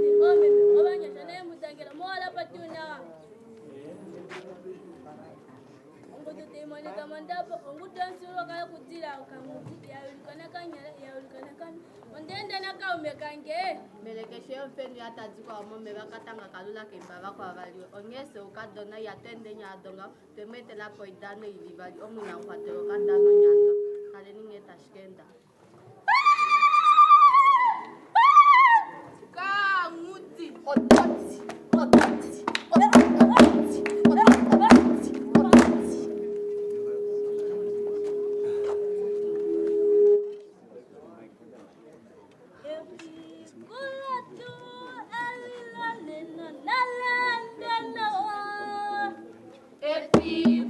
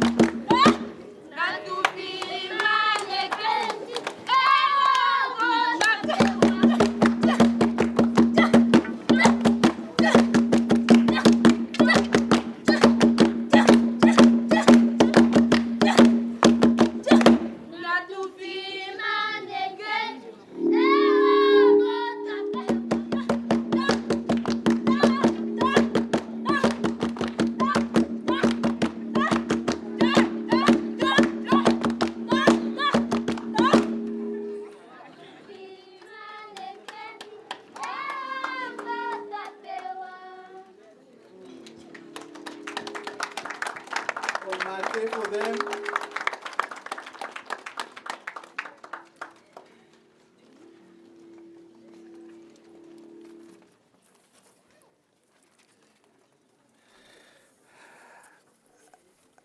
Ladies and gentlemen, you know there was something running through my veins and I wanted to join them.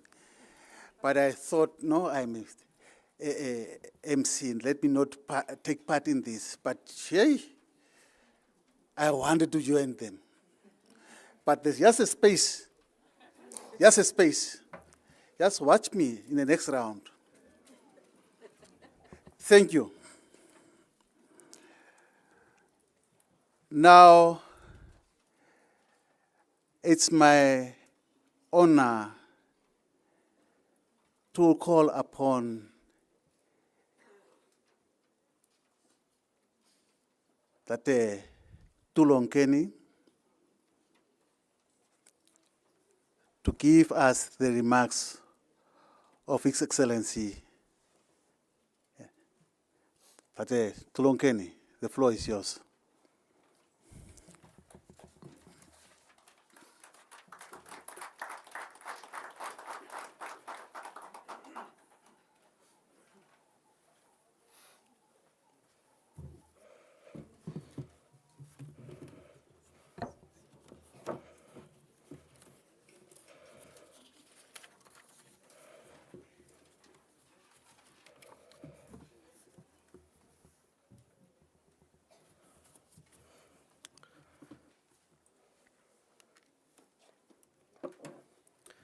Director of Ceremonies, Honorable Minister of Education, Innovation, Sport, Arts and Culture, Honorable Ben Amadila, Guest of Honor and Veteran of the Liberation Struggle, Honorable Deputy Minister of Education, Innovation, Youth, Sports and Culture, Mr. Balotti, Honorable Governor of the Ohangwena Region, who is in absentia, Honorable Members of Parliament, Governors present here, His Excellency Sergio de la Rez Cruz, Cuban Ambassador, members of the diplomatic corps present, Honorable Regional and Local Authority Councillors, representatives of the National Heritage Council of Namibia, Professor Ferdinand Gideon, Pro-Vice Chancellor of NAST, representatives of our universities and institutions of right learning, distinguished invited guests, ladies and gentlemen,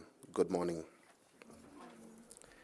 It gives me great pleasure and indeed profound humility to welcome you to Okanghudi village on this very special occasion. At the age of 91, I regard every additional day not simply as a personal blessing, but as an opportunity to reflect upon the long journey our country has traveled and the responsibility we carry to prepare a better future for the generations that will come after us. Today, it is about education, history, heritage, community, and the future of our young people. We have gathered to officially inaugurate the Hifikepunye Pohamba Education Centre here in the rural community from which my own journey began. Ladies and gentlemen, I wish at the outset to acknowledge Her Excellency, Dr. Netumbo Nandi Ndaitwah, President of the Republic of Namibia. Although Her Excellency is unable to be physically present with us today due to other responsibilities of state, I wish to convey to her my sincere appreciation and best wishes. I particularly wish to recognize the commitment of Her Excellency and the government of the Republic of Namibia towards expanding access to free education. Education is one of the greatest instruments available to any nation to break the cycle of poverty and inequality. When a child from a poor rural household is able to enter a classroom, receive an education, and pursue his or her potential without the family being excluded due to financial circumstances, we strengthen the foundations of our republic.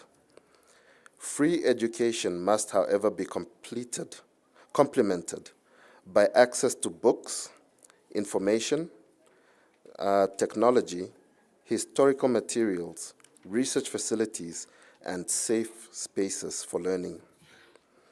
It is in this context that I believe the Hifikepunye Pohamba Education Centre can make a modest but meaningful contribution. The centre should complement the government's efforts by bringing educational and research resources closer to rural communities. And above all, it should remain accessible to the community. To those who have not been here before, I would like to welcome you to Okanghudi village. Historically, this place is of great significance to my family and to the community at large. My grandfather lived in Onamnama, a neighboring village, and served as headman of that area. If you look at this statue over here, it is a statue of Pohamba Yahankoto, the son of Hamkoto Akapa. Where he is facing, he is directed exactly towards Onamnama, where his father, Hamkoto Akapa, is buried. A result of the conference in Berlin in 1885 was the creation of a border between Southwest Africa and Angola. It just so happened that this borderline ran right through the middle of my grandfather's house, splitting his senior wife's kitchen in half. My grandfather, Hamkoto Akapa, was a senior headman in the court of King Mandume Yandemfayo and held our tribal instruments of war known as emweya, which were used when the king declared war on another nation. After the death of the king at the hands of the South African colonial forces, the spoils of the kingdom were granted to those who were loyal to the new South African administration. The defeat cost our family more than could be imagined, as the South Africans took my grandfather's son as hostage in order to force his compliance. Coincidentally, the uncle that was taken to Windhoek to serve as a caretaker to the colonial administrator in State House was named Hifikepunye Yahamkoto, whom I was named after. In 1932, after the death of my grandfather Hamkoto Akapa, there was a great deal of consternation in the community regarding my father Pohamba Yahamkoto, with few people who were loyal to the new regime not wanting him to succeed his father as headman of neighboring Onamnama village. It was decided for Pohamba to relocate and become headman of neighboring Okanghudi instead. His friends and peers identified this field as a suitable place for him to be relocated to. Hence, in the cover of darkness, they left the household of his father and they arrived here. They then proceeded to light a bonfire to signify their arrival and intention to settle here, as is traditionally done. This act intimidated a family that was living nearby at the time, who heard the commotions coming from people who had settled and lit a bonfire to their eastern side, which is considered an act of intimidation. The very next morning, those people left this field and were never heard from again. Since those beginnings, this has been our home, and the location where I was eventually born on the 18th of August, 1935. After many years, we continued to occupy this space. Through times of plenty and times of lack, times of war and times of peace, this place has been host to many of our births and the final resting place for many of our dead. This is truly our ground zero, and it is only fitting for me to choose this place as the location of what is to be known as the Hifikepunye Pohamba Education Centre.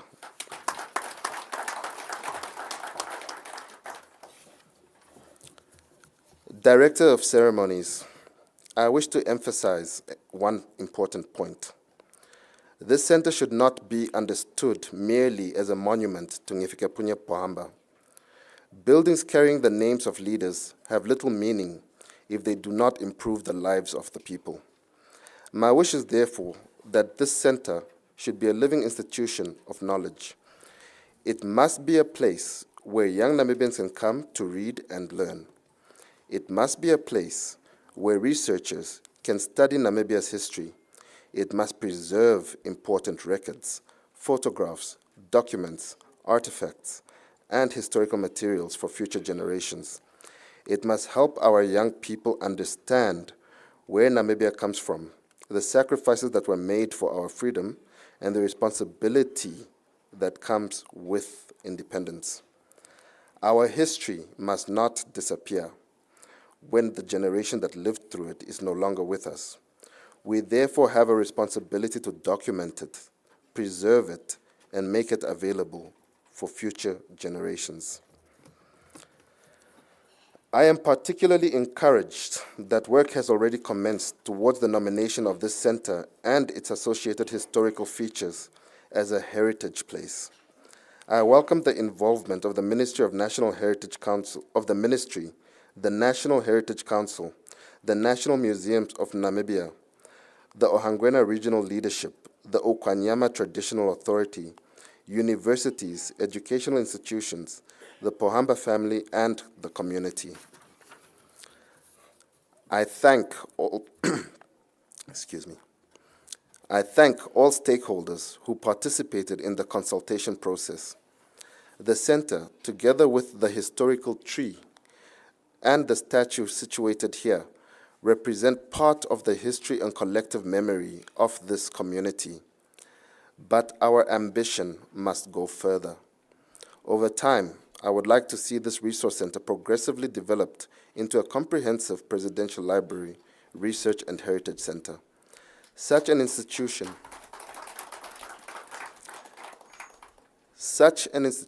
should preserve historical records and provide researchers with access to materials relating not only to public service, but also Namibia's liberation struggle, independence, democratic governance, rural development, and nation building. The greatest value of such an institution will be measured by the name of the building. Will not be measured by the name of the building. Its value will be measured by the number of young people who learn here, the researchers who produce new knowledge here, the history that is preserved here, the opportunities it creates for the surrounding communities. Ladies and gentlemen, there is another important reason why this center is located here at Okanghudi. Development cannot remain concentrated only in Windhoek and other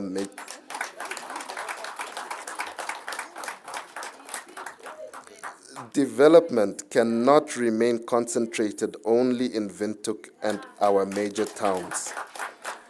A child born in a rural village must have the opportunity to dream as big as a child born in the city. Knowledge must therefore travel to where people live. Libraries, digital technologies, museums, archives, research facilities, and educational opportunities should progressively become part of rural development. This center should demonstrate that rural Namibia can also become a place of knowledge creation, research, heritage preservation, and innovation.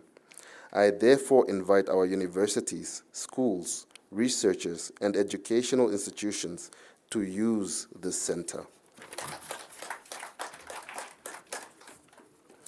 I encourage our young people in Ohangwena and elsewhere to regard this center as belonging to them.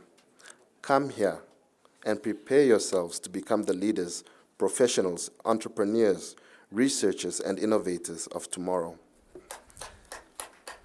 Your Excellencies, honorable ministers, and distinguished guests, education cannot be separated from the conditions under which our people live. A learner cannot fully benefit from education when the household does not have reliable access to water. A rural entrepreneur cannot reach markets when roads are inaccessible. A farmer cannot increase production without adequate water infrastructure. A community cannot develop when basic infrastructure remains inadequate. I therefore wish to use this occasion to draw attention to the continuing need for investment in rural water infrastructure, roads, telecommunications, electricity, and economic opportunities. These are not separate from education. They are part of the same development equation. When we improve rural roads, we connect learners to schools and communities to markets.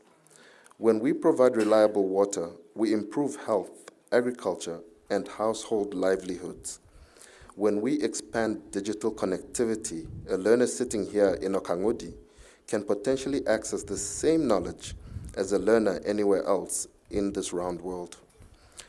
This is the Namibia we must continue building. Director of Ceremonies, on this occasion, I wish to express my sincere appreciation to the people of Namibia. Whatever contribution I may have made during my years of public service was because the Namibian people entrusted me with the responsibility to serve them. I remain grateful for that trust.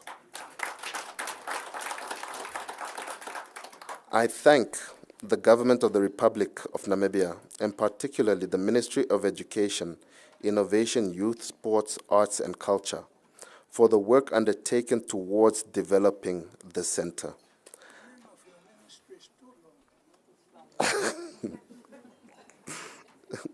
I thank the Honorable Minister and Deputy Minister for being here today and for supporting this initiative. I thank the National Heritage Council of Namibia and the National Museum of Namibia for their professional contribution towards preserving the historical significance of this place. I thank the Governor of the Ohangwena Region, the Regional Council, the Ondobe constituency leadership, the Okanghudi Traditional Authority, our universities, educational institutions, and all stakeholders who have supported this initiative. I also extend my gratitude to my family for their support throughout many years of my public life and during the development of this center. Most importantly, I would like to thank the people of Okanghudi and the surrounding community. This center is situated in your midst. Protect it, use it, encourage your children to use it. Let it become a source of pride, learning, and opportunity for this community. Ladies and gentlemen, at 91 years of age, my greatest wish is that future generations should not just simply remember the name Hifikepunye Pohamba. My wish is that they would understand the values for which generations of Namibians struggled. Freedom, peace, unity, education, democracy, hard work, respect for one another, and service to our country. The responsibility now rests increasingly with younger generations to protect what has been achieved and to correct what remains unfinished. Use education to transform your lives. Use knowledge to develop your communities. Use our history to understand your responsibility. And use the freedom for which many sacrificed to build an even better Namibia. I therefore dedicate the Hifikepunye Pohamba Education Centre to the learners, students, teachers, researchers, young people, and communities of Namibia. May knowledge be generated here. May history be preserved here. May young people discover opportunities here. May this center become a bridge between our past, our present, and the Namibia that we are still building. Once again, I thank you for joining me and my family at the opening of the center. May Almighty God continue to bless our people. May God bless the Republic of Namibia. Long live the Republic of Namibia. I thank you. I would like to...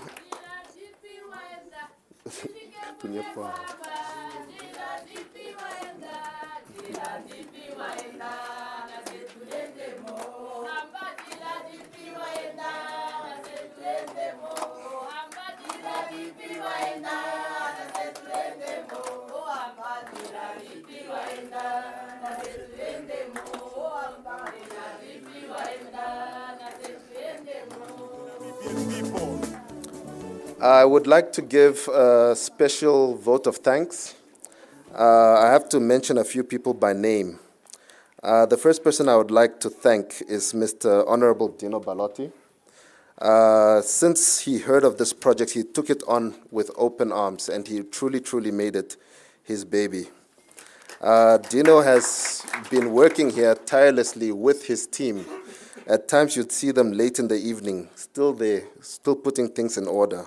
We'd like to thank you for your efforts. From the National Heritage Council, I would like to thank Agnes Shiningayamwe, who is currently not here, but we thank you anyway for your hard work. Ishmael Mafale, Dr. Aina Paulina Mutila. From libraries, I would like to thank Aleta Dan, Johanna Shuveni. From the museums team, I would like to thank Aina Shiweda, Olivia Nakale, Frida Tawana, Jamim Engelbrecht, Heleni Shivolo, David Kapule. This team of people have been here tirelessly, day and night, putting everything together for today's event. Last and not least, I would like to thank the reason why we are all here. I would like to thank Dr. Hifikepunye Pohamba. I would like to thank you for the values that you have lived up to and not just aspired to. Thank you very much.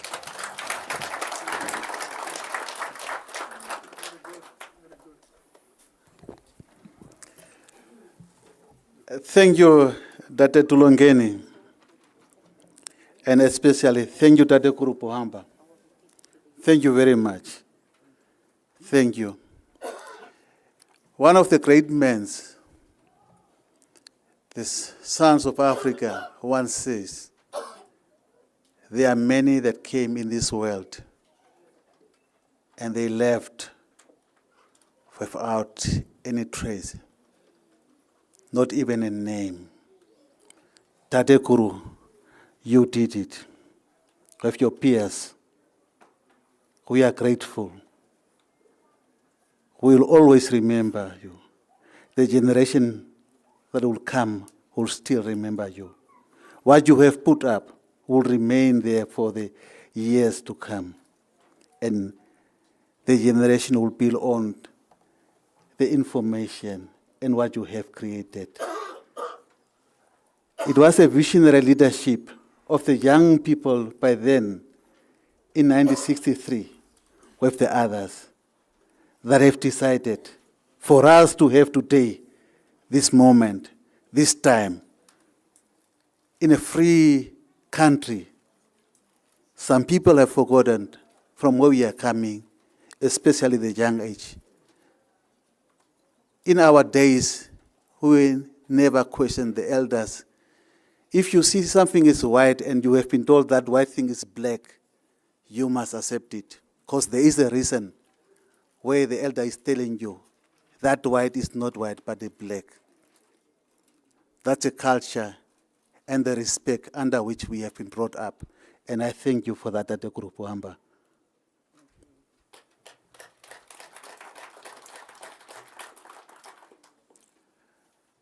Now we'll have a traditional group to perform, and thereafter the Deputy Minister will introduce the guest of honor, the main speaker.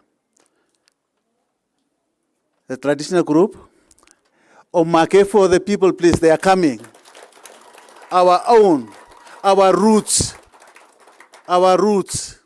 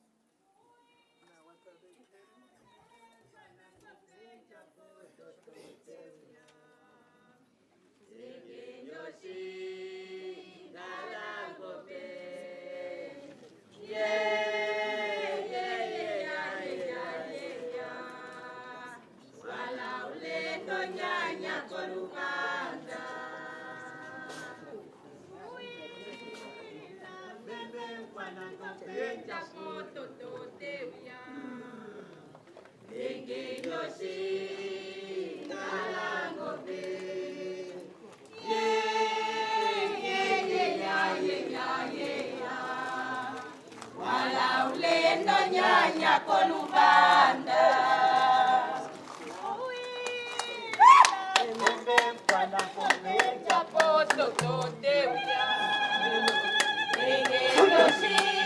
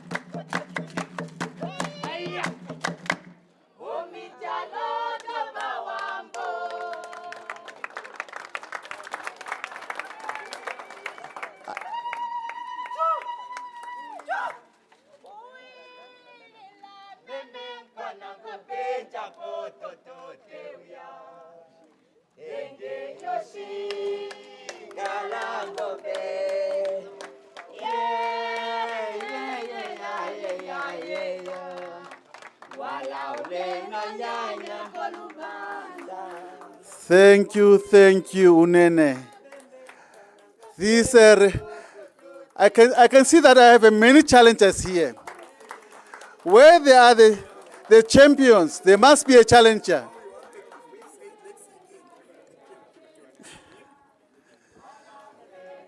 Where there are champions, there must be a challenger. So, watch out, colleagues, I'm coming.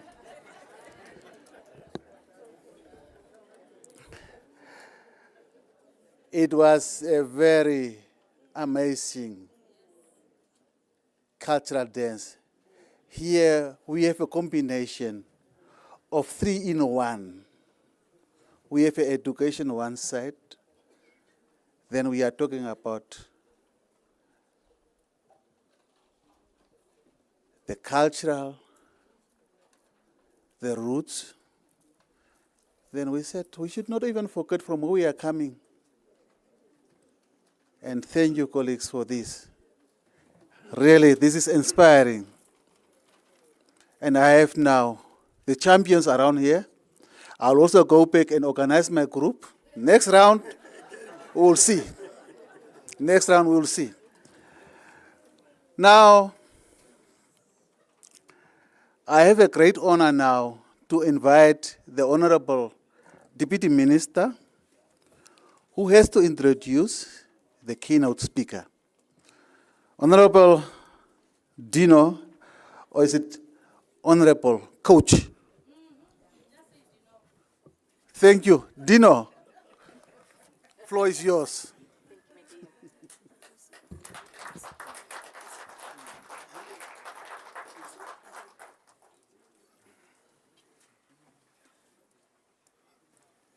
Thank you very much, Mr. Franz. I'll go by Honorable Coach, but Coach also works perfectly fine. Can we give our performers another round of applause?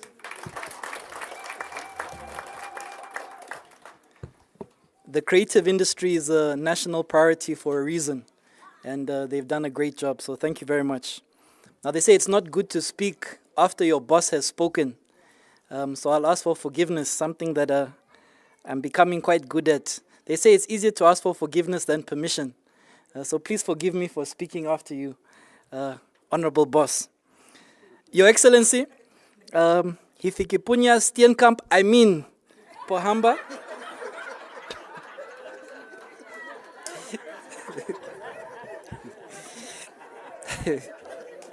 I'm being naughty now.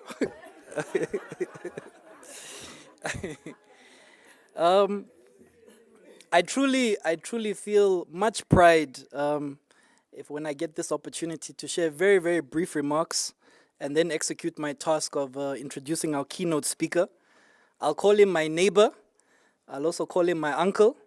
But most importantly, I'll call him my senior. And that is Honorable Bena Madila. Now, some may not have heard His Excellency comment while Tulongeni was giving the remarks. And he whispered to Minister here at the high table. He said that ministry is too long. And I want to help you, Your Excellency President Pohamba. Now, my minister, her mother tongue is Afrikaans, I believe. So she will call it Meisak. And my mother tongue is English, so I will say Maisak. And if your mother tongue is Oshi Herero, you say Omaithaka. So, you're welcome. Now, Tate Ben and your dear wife, Mom Miriam, I also see Ben Jr. Ben Jr., please stand for us. You carry a very, very powerful name, and I want you to know that. Let's give Ben Jr. a round of applause. Thank you very much. I used to see Ben Jr. playing in the street. Now he walks, as a big guy when he walks in the street. But you're most welcome, and thank you for coming. We have many distinguished guests in attendance, but I do need to acknowledge our current and former members of parliament and the executive branch of government. I note and I see Honorable Namwandi, Honorable Hipondoka, I see Honorable Angula, Honorable Mushelenga, Honorable Kapanda. Please forgive me if there's another MP or executive that I've omitted, not intentionally. Can we give our leaders a round of applause? Now, Mr. Franz, you did a great job, but I am a politician. And we struggle to say we stand on the protocol already established. I do want to acknowledge the representatives of the Chinese ambassador, His Excellency Zhao, if I'm pronouncing that correctly. But I want to special mention His Excellency Ambassador Sergio de la Uz of the People's Republic of Cuba, one of the most passionate adopted Namibians. Your presence here today, Ambassador, shows the solidified and unbreakable relationship between our two nations. And I told you at NUST, and I will tell you again today, and I repeat, the people of Namibia stand in solidarity with the people of Cuba. Let's give Cuban Ambassador a round of applause. Family and friends of Tatekulu Pohamba, senior government officials, religious leaders, colleagues of MySAC, our most diligent and hardworking national broadcaster, the NBC, distinguished invited guests, fellow Namibians, here this afternoon in Okanghudi and watching live from all corners of Namibia, I say good afternoon. I also want to acknowledge the learners of Kapumhote Nguwamata Combined School. I've definitely butchered that one. And Omongolio Combined School. Can we give our young learners a round of applause? Now, Prof. Nikondo and Prof. Gideon, I see you here seated next to each other. President Pohamba, please listen nicely now. Those two Namibians, can I ask them to stand for a short moment? Prof. Nikondo, Prof. Gideon, let's give them a round of applause. Now, I want to tell you, please stay standing. We will bring Prof. Gideon to you later this afternoon, President, and you will need to give him a whip so we can ensure that the Nana campus is completed very soon. Thank you very much. You may be seated. Thank you. You may be seated. Thank you very much. They will get that whip. Prof. Namwandi, your IUM campus is fully fledged in Enana. And I'll say that Prof. Namwandi, can we ask Prof. Namwandi to stand? Before you clap, please, Prof, please stay standing. Before you clap, Prof. Namwandi's IUM campus is fully fledged in Enana, and NAST and UNEM are now playing catch-up. Let's give IUM a round of applause. Thank you very much. Now, when Mr. Franz approached our office approximately 2 months ago, he said that we must execute an assignment that has been tasked by His Excellency, former head of state. And the date that he gave us was the 18th of August. And he said that it was non-negotiable. Now, I want to tell you, Mr. Franz and everyone listening, we were ready for the 18th of August. Today is the 22nd, I believe. but after consultation with President Pohamba, we felt that a Saturday is more befitting and that it allows many people to travel and to come on a Saturday. But we executed on your 18th of August assignment. Thank you. Now, as mentioned by my minister, as well as Tulongeni, the official inauguration of the Education Centre we will all get to witness this afternoon is a culmination of many colleagues who have applied a great work ethic to ensure that today we deliver a slightly delayed birthday gift to the big man. And I want to put on record that we were ready to launch on Tuesday. I'm very serious about that 18th of August. It was the assignment given, and we were ready. Now, the beautiful and much needed education center is the vision of a great man, a man that wants young people to prosper, to be empowered, and to be the next generation of researchers and equally leaders of our Namibia. We met a few weeks ago and with President Pohamba, and he gave us 3 instructions. He said, I want this education center to be a library, I want it to be an archive, as well as I want it to be of a museum. And I can say that this is the first of its kind in Namibia. Let's give that center a round of applause. Your Excellency, I also want to tell you that we are working hard towards ensuring that this very education center is proclaimed as a national heritage site. And we will make sure that you cut another ribbon in the very near future. Our responsibility as a government is to preserve our national heritage in a manner that remains meaningful to both present and future generations. This means protecting historical records, artifacts, and memorabilia, documenting our national stories and creating opportunities for our learners and communities to engage with that history.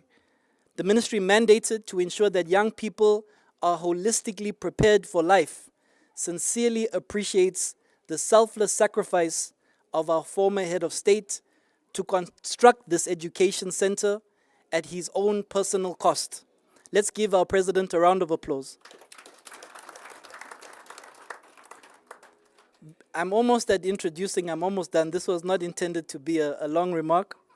Our responsibility is to make education accessible, and by establishing learning and resource facilities such as this very one that President Pohamba has created, I can tell you that you have created a safe space where there's Wi-Fi, where there are computers, where there are books, and where young people will come to learn and research. And as a line ministry, we are most grateful. I can tell you lastly, Your Excellency, that my own sons will soon come and visit this education center. And one day, their own sons and daughters will also visit this education center. My responsibility is to now honor and formally welcome Honorable Bena Madila, and I can tell you that this is a great man. It's a man that I have much respect for, and a man that I hold very dear. Born in 1938, you need to take out your calculator to do the math, in Walfish Bay. And before I give you a background of our keynote speaker, I want to tell you that only 2 years ago, if Comrade Amadila can recall, he rang my doorbell and he said, Dino, I need you to help me remove a generator from the bakkie. I said, of course. We went to the bakkie. I struggled to lift that generator, but Comrade Ben Amadila had no sweat on his head. He picked it up all the way. Our very strong and able senior, Comrade Ben Amadila. Let's give him a round of applause. Now, Honorable Amadila became politically active as early as 1959 when he joined the Ovambuland People's Organization, the forerunner of my party, the Southwest Africa People's Organization. He then went into exile in 1966 and subsequently served the liberation movement in various important capacities, including as SWAPO's representative in Scandinavia and its secretary for economics. Now, earlier this morning, His Excellency President Pohamba narrated a story where he shared how Tatebena Madila was sent to the coast, if I heard the story correctly, to look for a sort of a harbor construct where the ship would come. But he was sent on a bicycle, only with a bicycle alone. And I want to tell you, Comrade Bena Madila, that your service to our democracy and freedom that we all enjoy today does not go unnoticed. And we are grateful for your sacrifice and service as a nation. At independence, when I was only 3 years old, Honorable Madila became one of Namibia's very first cabinet ministers, serving as the Minister of Trade and Industry from 1990 to 1993, before serving as the Minister of Information and Broadcasting from 1993 to the year 2000. Beyond his ministerial responsibilities, he has served Namibia as a Member of Parliament for many years, and later as SWAPO Chief Whip. His political journey is therefore deeply intertwined with both the liberation struggle and the formative years of our young republic. It is noteworthy to share that Honorable Madila was also a member of the team that helped shape the constitution of our independent Republic of Namibia. Today, we have the privilege of welcoming a man whose life has been dedicated to the liberation of our free Namibia, a man that I have the privilege of seeing take leisurely strolls in the street, and a man that we all have the utmost respect and appreciation for what he has done for Namibia.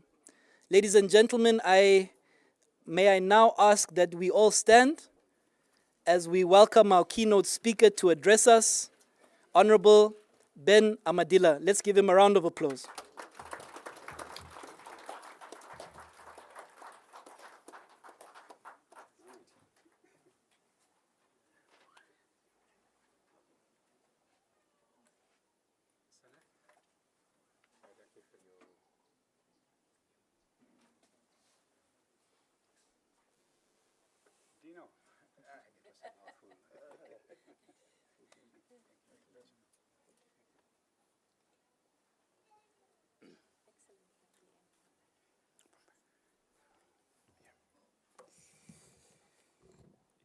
Oh, please be seated.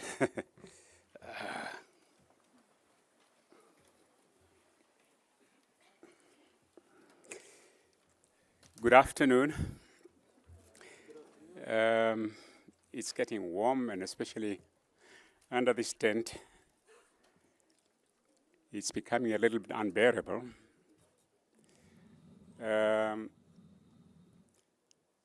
Let me first and foremost, and I hope I'm going to be very, very brief, thank my friend, a comrade,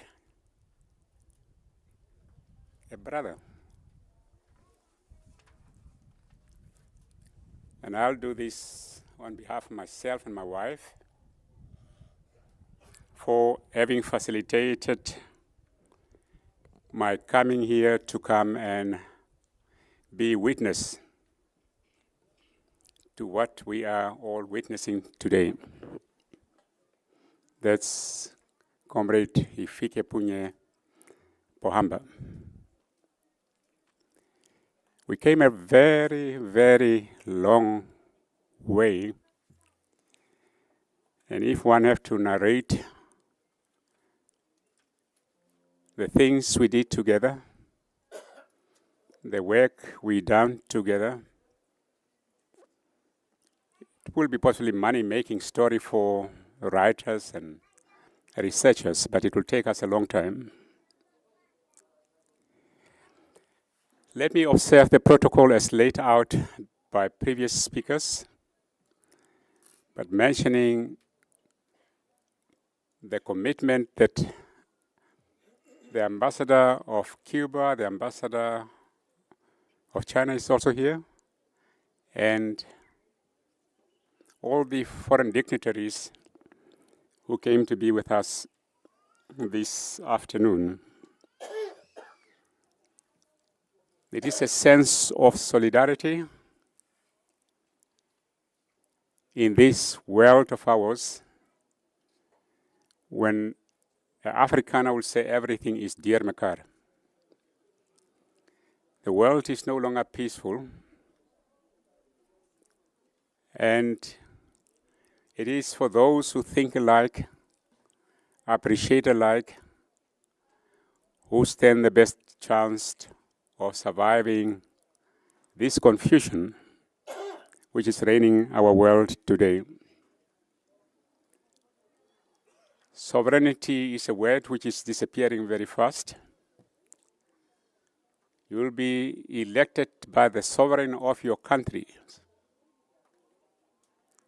put in the position of authority. Somebody will just fly in and pick you up and put you at a place where you don't belong. So confused has the world become. So skewed has the world become. Listening to most of the presentation made this morning or this afternoon, I did not understand, but now I appreciate far much better. In 1967, I was in a convoy with my friend, my brother Hifikepunye Pohamba. We drove close to the borders here. He made, which I thought was a joke, when he was told that Okanghudi was just over there. He said, let's go there to Okanghudi. Now, I didn't know what Okanghudi was and what importance he attached to Okanghudi. The people commanding that station where we were start laughing to themselves. And shortly thereafter,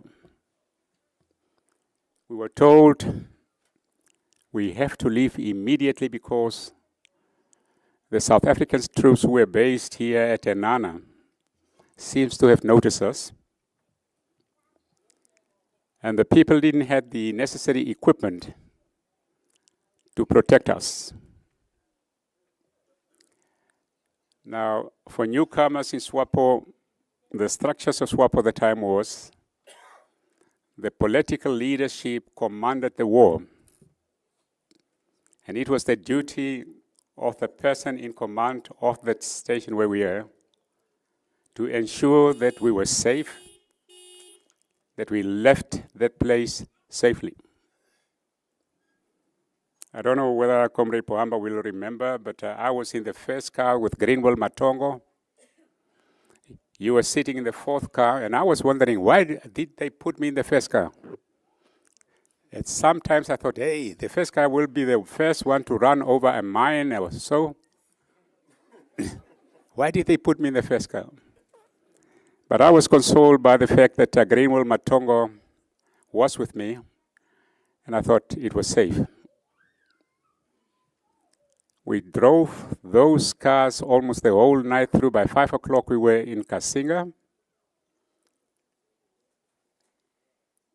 And 2 hours later, about 7 o'clock, one of our car had a puncture.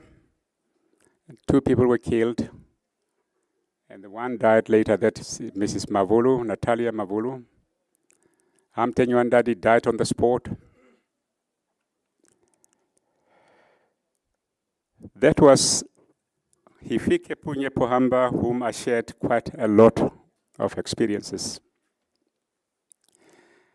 Now we are gathered here, and the Minister, Honorable Minister, gave us a rundown of the occasion, the facility that we are inaugurating today. I don't possibly need to zero into that, but to say it looks like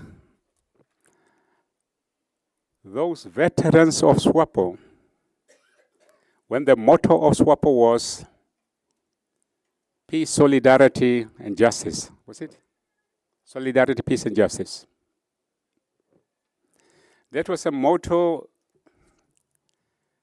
which was carried through during the first battles of our struggle. where you believe that if you fail, let the one coming behind you succeed. You did not fight for yourself. You fought for others who were coming after you. At 91, Comrade Hifikepunye Pohamba, to have this beautiful idea, you could have saved your money, put them some in the bank, draw beautiful rents and interest. You thought of the generations coming because that was solidarity.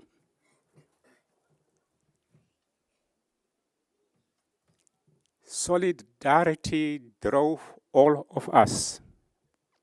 If you are not going to make it, let those who are coming after you succeed. And I'm sitting here with great admiration of what you have done, Comrade Pohamba, choosing not only Okanghudi, a village, to put them at an equal par with the rest of the country in creating facilities equal to none. You've laid the foundation,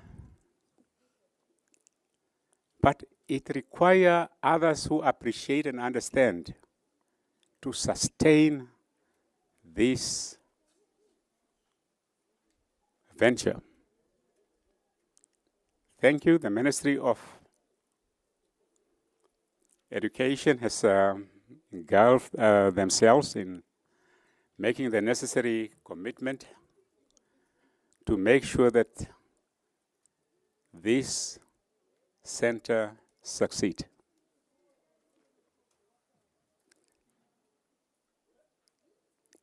I'm sorry, I have a problem with my eyes and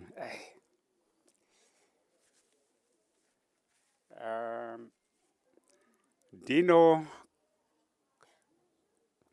made a pledge his sons will come and visit here.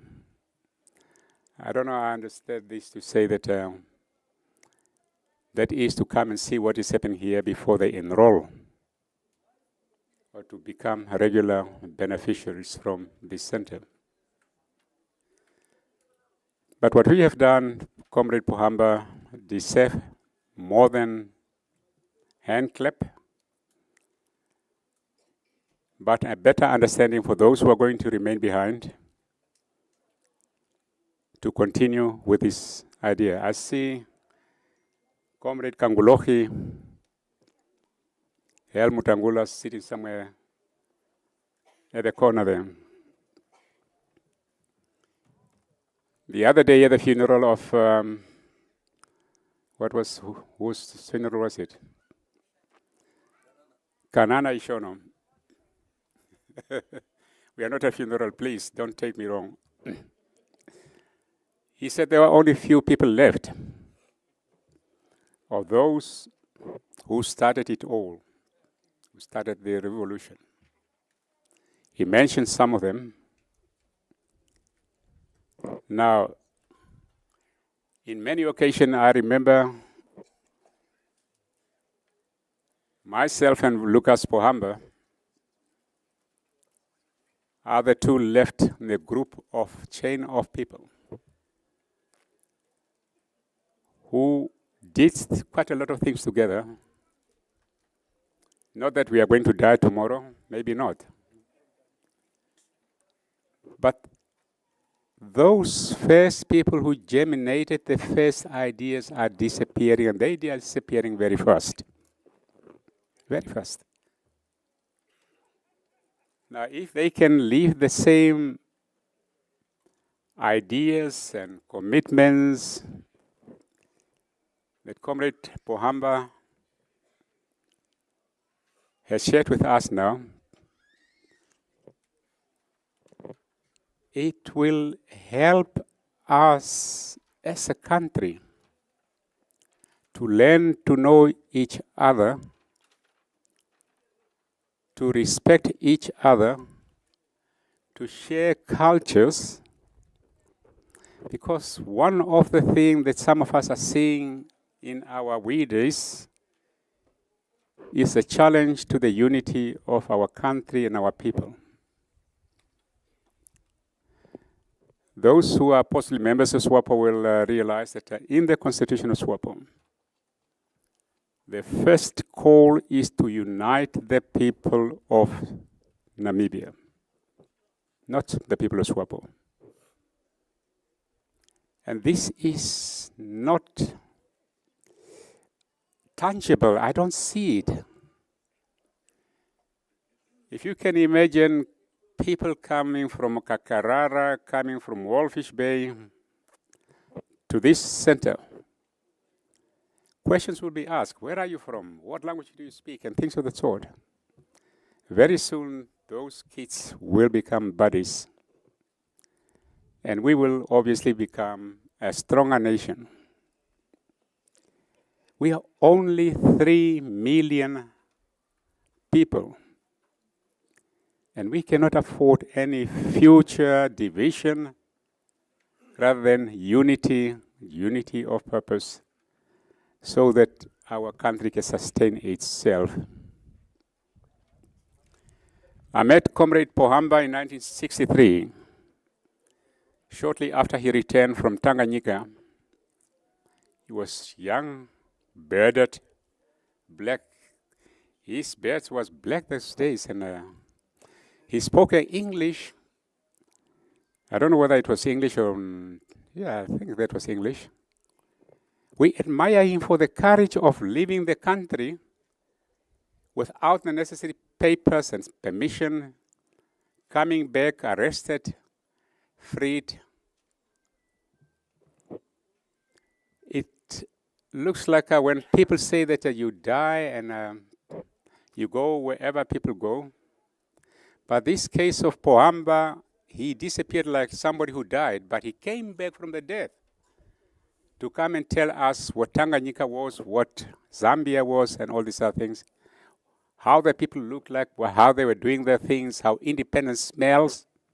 We didn't know what independence was. Our first call fighting for liberation started with freedom. We were not demanding independence and things of the sort. We were asking for freedom. It is with the experiences of people like Comrade Pohamba, you start hearing that, no, Nyerere is a president. We saw Kwame Nkrumah in Ghana dancing with a white lady. I said, oh, is it possible? Can it be done? It was far-fetched that time, but Pohamba contributed a great deal that he went and come back. So it encouraged more people to go outside the country for better education in the hope of coming back to serve their people. In 1963, myself, Hifikepunye Pohamba, Andimba Toivo Kahumba Kandola, Simon Kaukungwa, and many others, we drove in a small bakkie. I don't know. I think it was just a ton that bakkie could carry, but we were more than 12, 15 people there. For the first time trying to have public rallies in this part of the world. Now mind, 1963, the population of Southwest Africa at the time was estimated at 300 to 500,000 people. And the bulk of the people were here in this area. So this became our target to make people understand that freedom was not enough. We have to become independent and make our own rules. That was a time long before Oshakati was called Oshakati. It was called Erundu. When we had the last meeting there, with people building there,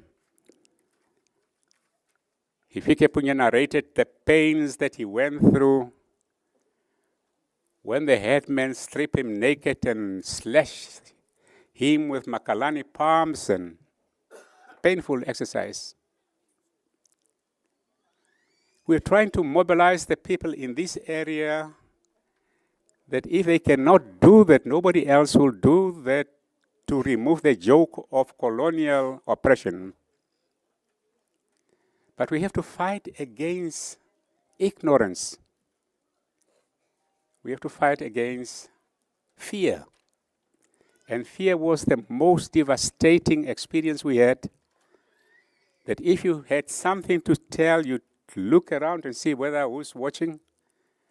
You look around whom you are talking to, call somebody aside so that nobody else will hear. And the revolution, nobody was hearing. The spreading of revolution was difficult because of fears. But in 1963, we took the courage of traveling this country, this part of the country, because that's where the bulk of the people were. We wanted them to understand that Odendaal's plan, this Bantustanization, was not a solution. That's when I met Hifikepunye Pohamba. It was a painful journey. We did a lot of things together. I linked up with him in Zambia. He came all the way from Lusaka to meet me at Livingstone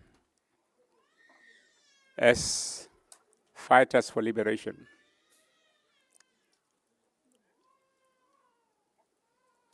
He did not forget what we sacrificed together here. We continue. And we did something that he likes talking about, but we rescued our party when the party was infiltrated. And if you look at the plans set out in this infiltration, thanks to Hifikepunye Pohamba and myself and Joe Itana, who unveiled the plan, somebody who was a commander of the plan fighters,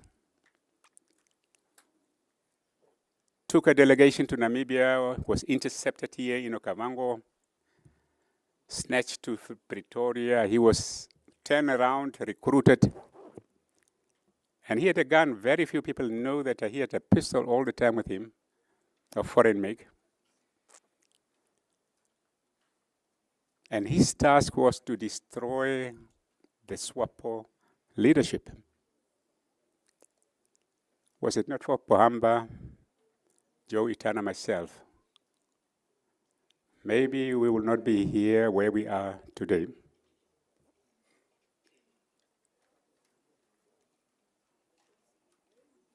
We did a lot of things together for the sake of the people of this country. Young people were coming to join us, and we facilitated them to go to school. We needed school as well. But we thought the young ones should go to school so that they can become better people, to come back and join the struggle and make sure that whoever fell, the others behind will jump over them and continue. They did not complain. Sam Nujoma was a very good example of that. He denied himself the opportunity of schooling, going to universities, and Pohamba was the same. Very few of them. Kangulohi was also, until he skipped that luck of getting to Russia and get his education. But these were the pillars. No wonder what Pohamba is doing today is out of experience to sacrifice now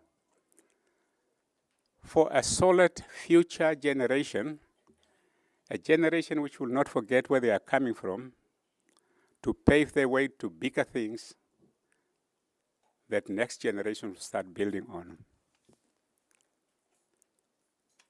Under the leadership of late Nuyoma, we held the fort.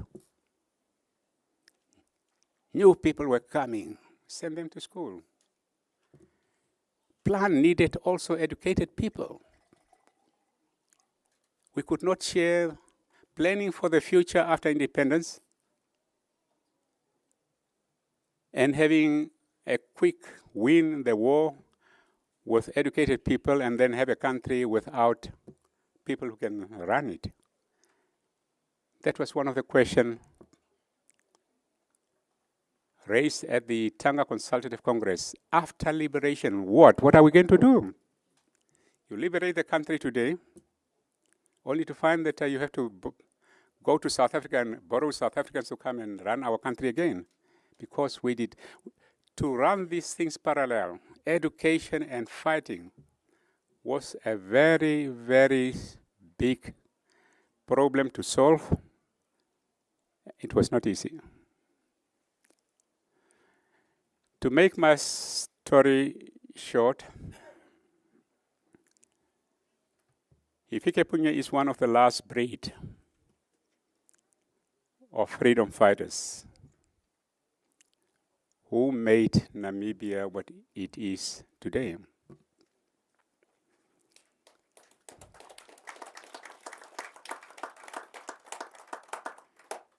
Yes, we sent young ones to school. They came back better educated than ourselves.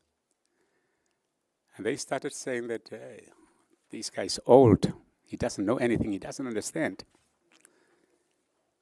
They forget that the opportunity to go to school was created by the sacrifices made by these people.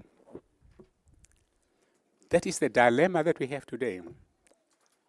And that is a dilemma that is definitely going to cost the country very dearly. Appreciate what has been done by others.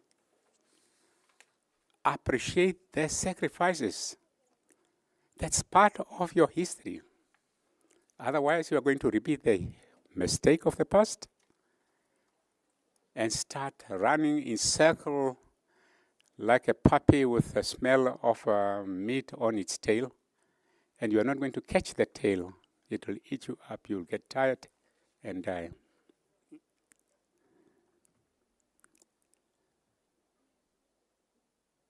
It is your birthday today, Comrade Pohamba. You invited me to come and be here on the 18th, which I greatly accepted.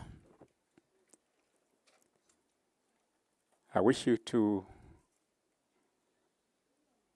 a very many birthdays as you wish.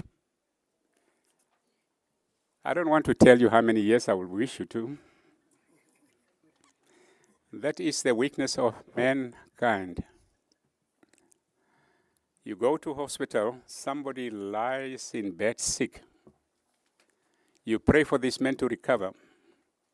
This man is praying to his God to go because he is going through all kind of pains. You pray and God is just confused, doesn't know whom to listen to.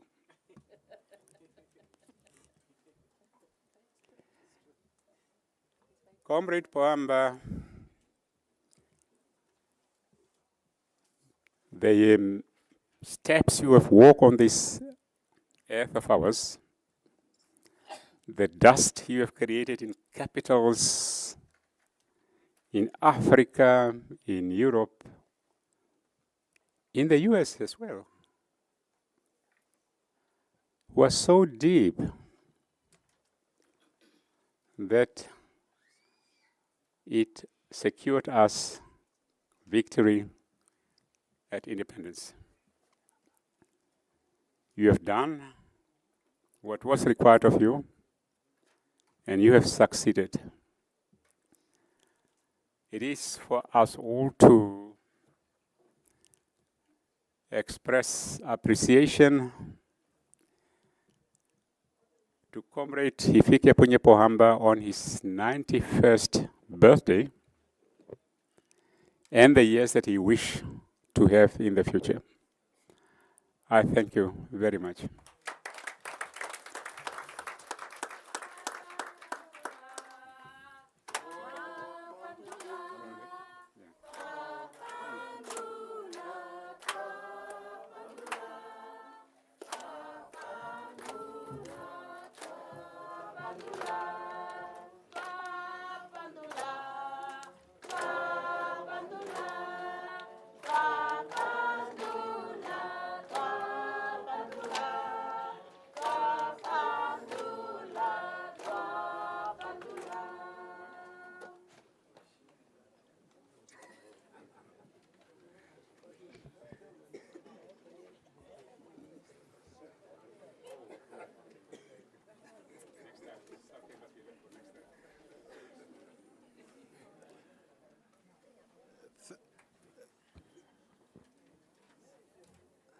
Thank you, Honorable Ben Amathila. This was a touching moment of your speech.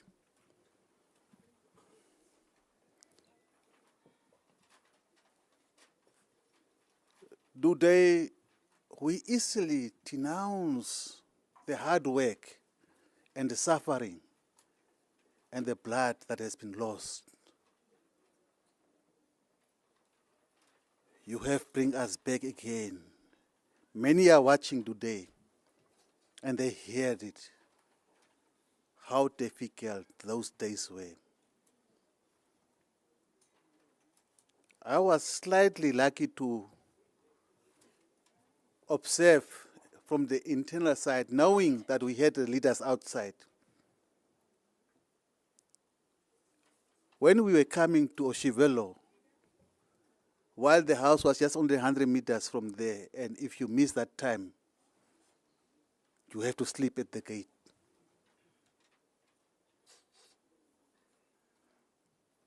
We were with that day, Emmanuel Nashikaku. It was a very painful time in terms of the education, this side. It was very difficult. It was just guns all over that you'll hear. Tatekuru Pohamba. Yes, you have seen it. Yes, you have went through it as really testified by Honorable Ben Amathila. We have to guard our peace, the stability that we have. That is a responsibility of us now. Our elders, you did it. You brought us up to this stage. It is our responsibility as Namibians. Our unity lies in our diversity. In our diversity, we have to guard the peace that we have. We see what is going on around in the world.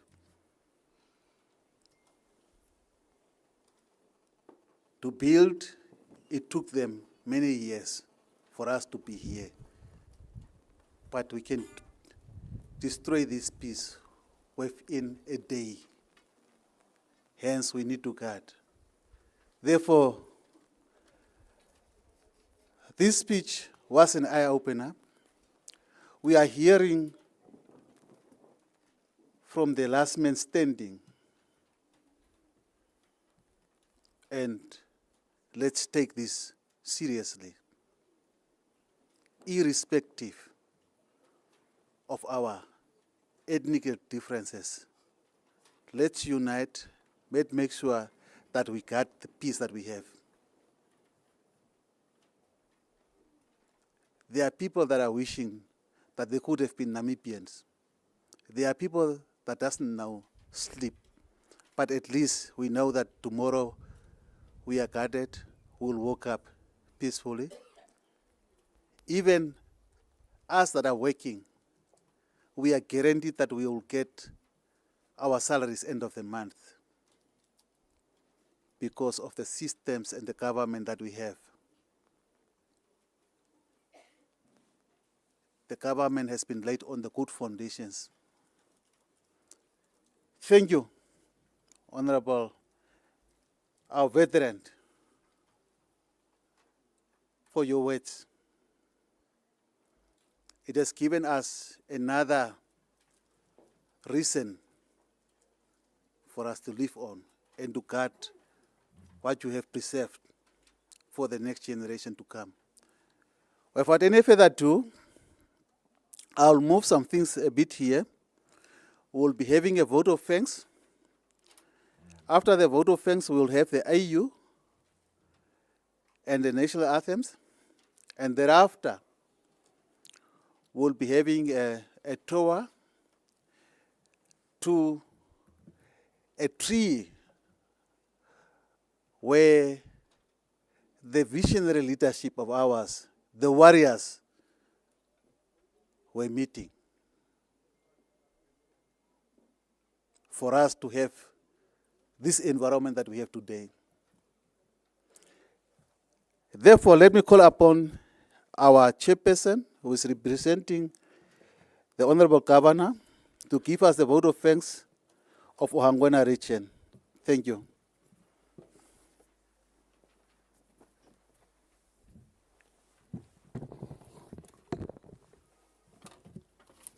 Yes,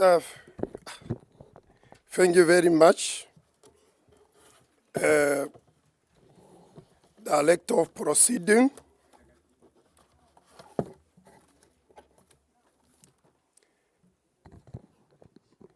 Your Excellency, Dr. Hifikepunye Pohamba, former second president of the Republic of Namibia, and Madam Pohamba, Honorable Dr. Sanet Steenkamp, a Minister of Education, Innovation, Youth, Sport, and Culture. With due respect, I stand in the protocol as established by the various speakers and the directors proceeding. So speaking is Rebius Ephraim, a regional councillor responsible for Congo, and the chairperson of Ohangwena Regional Council. On top of that is the chairman of the chairperson of all chairperson of regional councils in 14 regions. I'm here to move the vote of thanks on behalf of our Honorable Governor, Kadiva Hamtuma, the governor of smart region we call Ohangwena. So when I was sitting there, I was checking in the tent, tatekulo ovafimane kuovea. Mo very motendamu, vapenyo maki. Noku ine handi nyengwa kucha o how I'm going to move this vote of thanks. Then anyway, so I'm going to do it in the Ohangwena ways. So it is my, with a great honor and humility that I stand before you today on behalf of Ohangwena leadership and the people of Ohangwena region and Namibia in particular to express our sincere appreciation and gratitude to everyone who has joined us for this historical occasion of official inauguration of Dr. Hifikepunye Pohamba Education Centre live in Ohangwena in Okanghudi village. Today, this particular special occasion because we gathered here at the homestead of His Excellency Dr. Hifikepunye Pohamba, the former second president of the Republic of Namibia. It's therefore deeply meaningful that this center dedicated to education, knowledge, and development of our young people is being inaugurated at a place so closely associated with very important Namibian statesman and his contribution to our nation history. Your Excellency, Dr. Hifikepunye Pohamba, and your family, we are deeply honored by your presence. Your presence gives us exceptional meaning to today's occasion. We are especially grateful that we have a privilege of celebrating this important milestone in your presence at your homestead. You deserve one round of applause. Na tuyanjenyo maketu pandole. Your Excellency, on 18 August 2026, you celebrated your 91st birthday anniversary. On behalf of people of Ohangwena Region, allow me once again to extend our warmest birthday wishes to you. 91 years of life is a remarkable blessing. It is an even great blessing for our nation still have you among us to share your wisdom, experience, guidance with the generation to follow. Your continued presence reminds us of where we came from, the sacrifice you made in the struggle for our freedom, and the responsibility we have to safeguard the gains of our independence and build better Namibia as we are celebrating the inauguration of Dr. Hifikepunye Pohamba Education Centre here in the Ondobe constituency, Okanghudi village.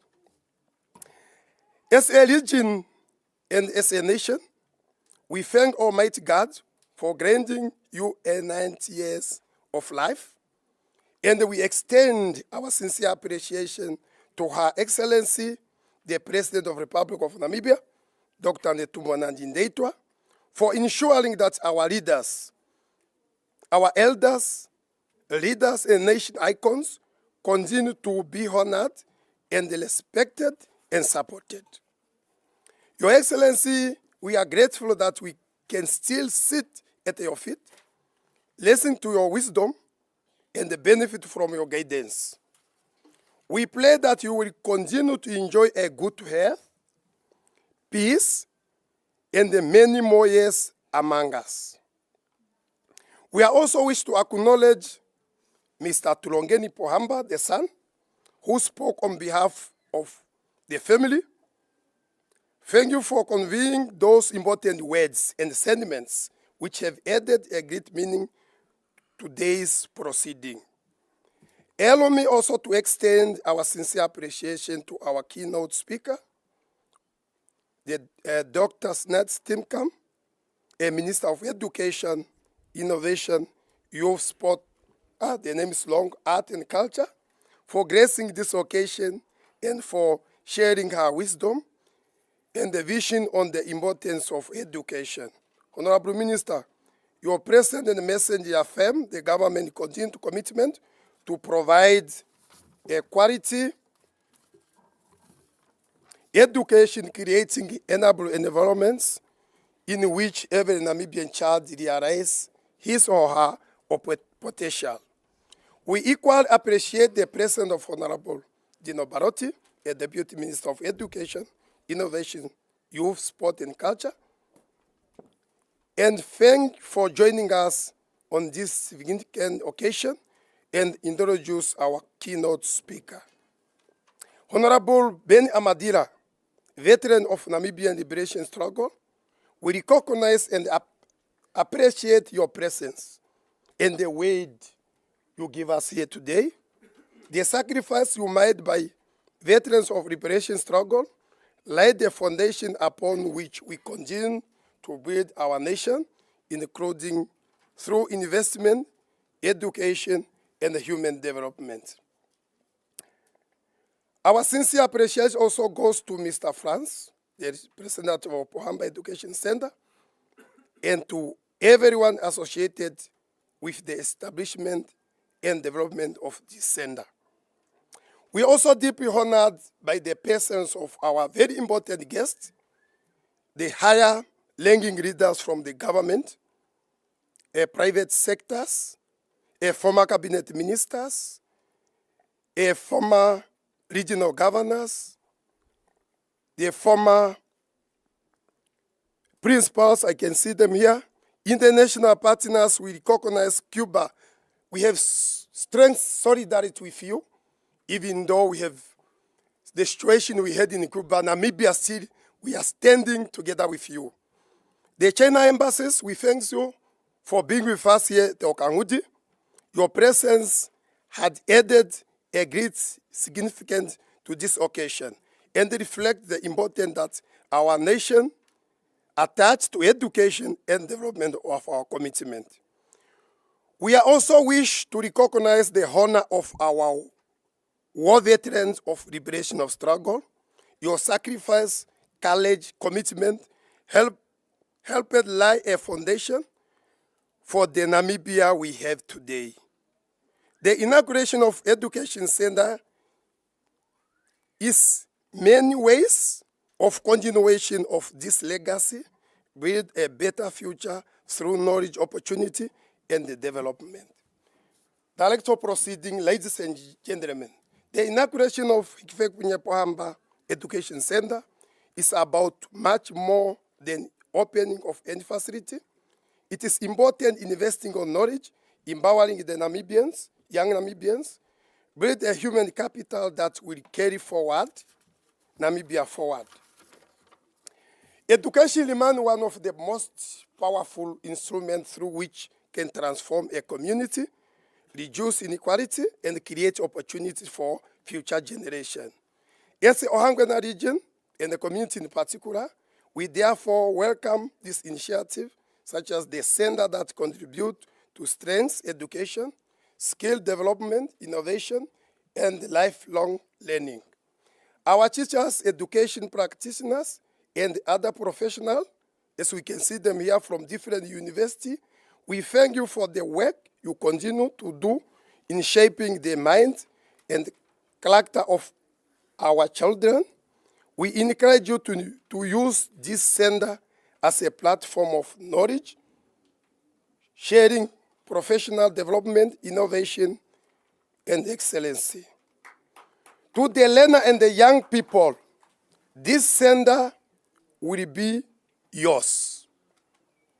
We encourage you to make full use of this opportunity that it is present, learn with dedication, dream boldly, and understand the education is the key that can open doors that might otherwise remain closed. I also wish to acknowledge the parents, community members, traditional leaders, and all stakeholders whose support they remain essential to success of our education system. The education of our children is shared responsibility, and we continue working together to ensure that no child should be left behind. On behalf of Ohangwena leadership and the people of Ohangwena and Namibia in particular, we wish to express our deepest gratitude to each and every one of you being with us here today. May this legacy represented by this homestead continue to inspire future generations. May the Dr. Hifikepunye Pohamba Education Centre become a lasting symbol of knowledge, opportunity, wisdom, and service to our nation. May God bless Dr. Hifikepunye Pohamba and his family. God bless our learners. God bless our educators. Bless our Ohangwena region. Bless the Republic of Namibia. I thank you.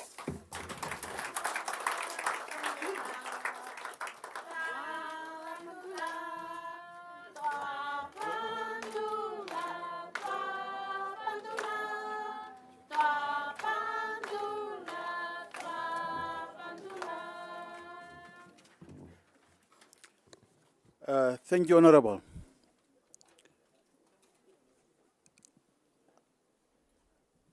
You have thanked us. Now I'm thanking you for delivering this message. Thank you very much. I have, Your Excellency, Dr. Pohamba, I have received a statement from Professor Ellen Deshi Namila. and I have to read it out now as provided. At the official inauguration of the Hifikepunye Pohamba Centre of Education, Okanghudi, 22nd August 2026, Your Excellency, President Hifikepunye Pohamba, honorable ministers, distinguished guests, traditional leadership, members of the community, ladies and gentlemen, it is a great honor to witness the official inauguration of the Hifikepunye Pohamba Centre of Education. Today is not simply about opening a new heritage site. It is about celebrating our journey of liberation, our freedom, our struggle, our victory, and our independence. We are opening a space for memory, knowledge, and national consciousness. We are affirming that Namibia's liberation history, our sacrifices, our victory, and our independence must be remembered, preserved, and passed on to future generations. President Pohamba's leadership was defined by humility, integrity, patriotism, and service to the people. His example reminds us that political leadership is not about position or privilege. It is about responsibility, service, and the difference we make in the lives of other people. This center is therefore not simply a monument to one individual. It is a gift to the nation. It must become a place where young Namibians encounter their history, understand the sacrifices that produce our freedom, and develop their confidence and patriotism to shape Namibia's future.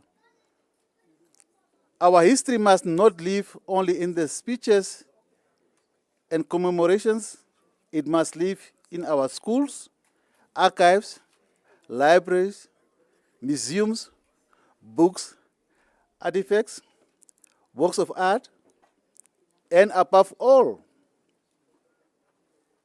in the minds of our young people. A nation that forgets its history weakens its future. We must therefore preserve our liberation heritage truthfully and inclusively. We owe this to those who sacrificed, those who suffered, and those who did not live to see an independent Namibia.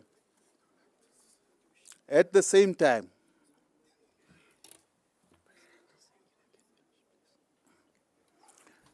independence demands responsibility.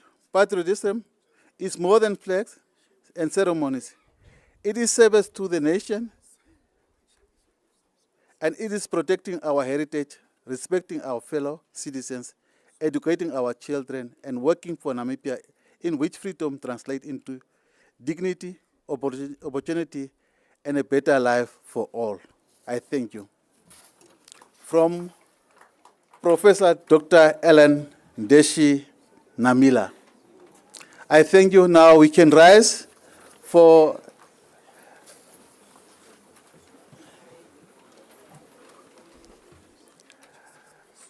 and in the meantime, okay, let's rise for the national anthem. Are you then the Namibian one?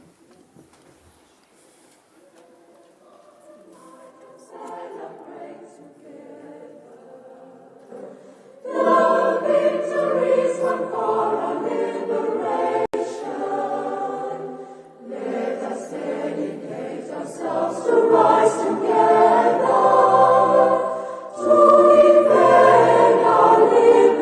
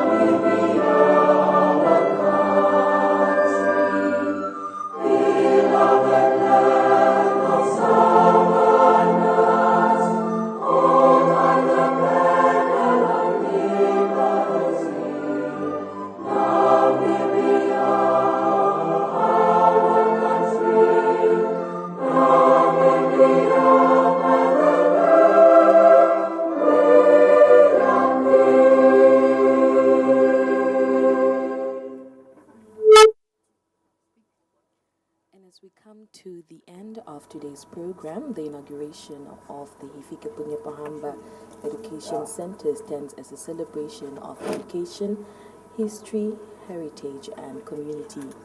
In his message, His Excellency Dr. Hifikepunye Pohamba, delivered by his son, emphasized that education remains one of the greatest tools in the fight against poverty and inequality, and called for free education to be accessible to all.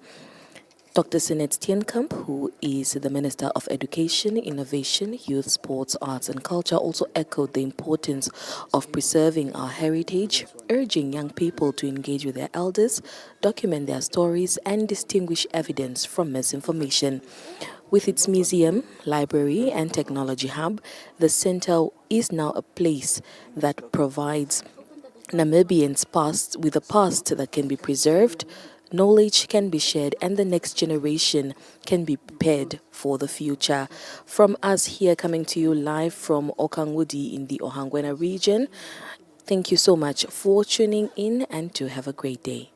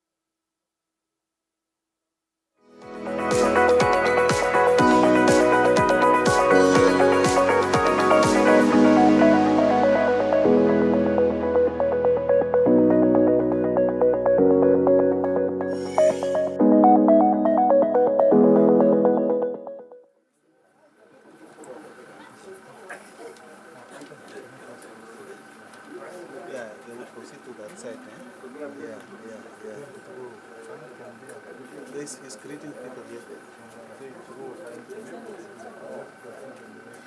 I don't know. Let's just take maybe for this distance for not to have a long walk. Yeah. 8. Yeah. And from there again, he might go through there again, or he might sit there and wait, and you guys can take him around again to the other side.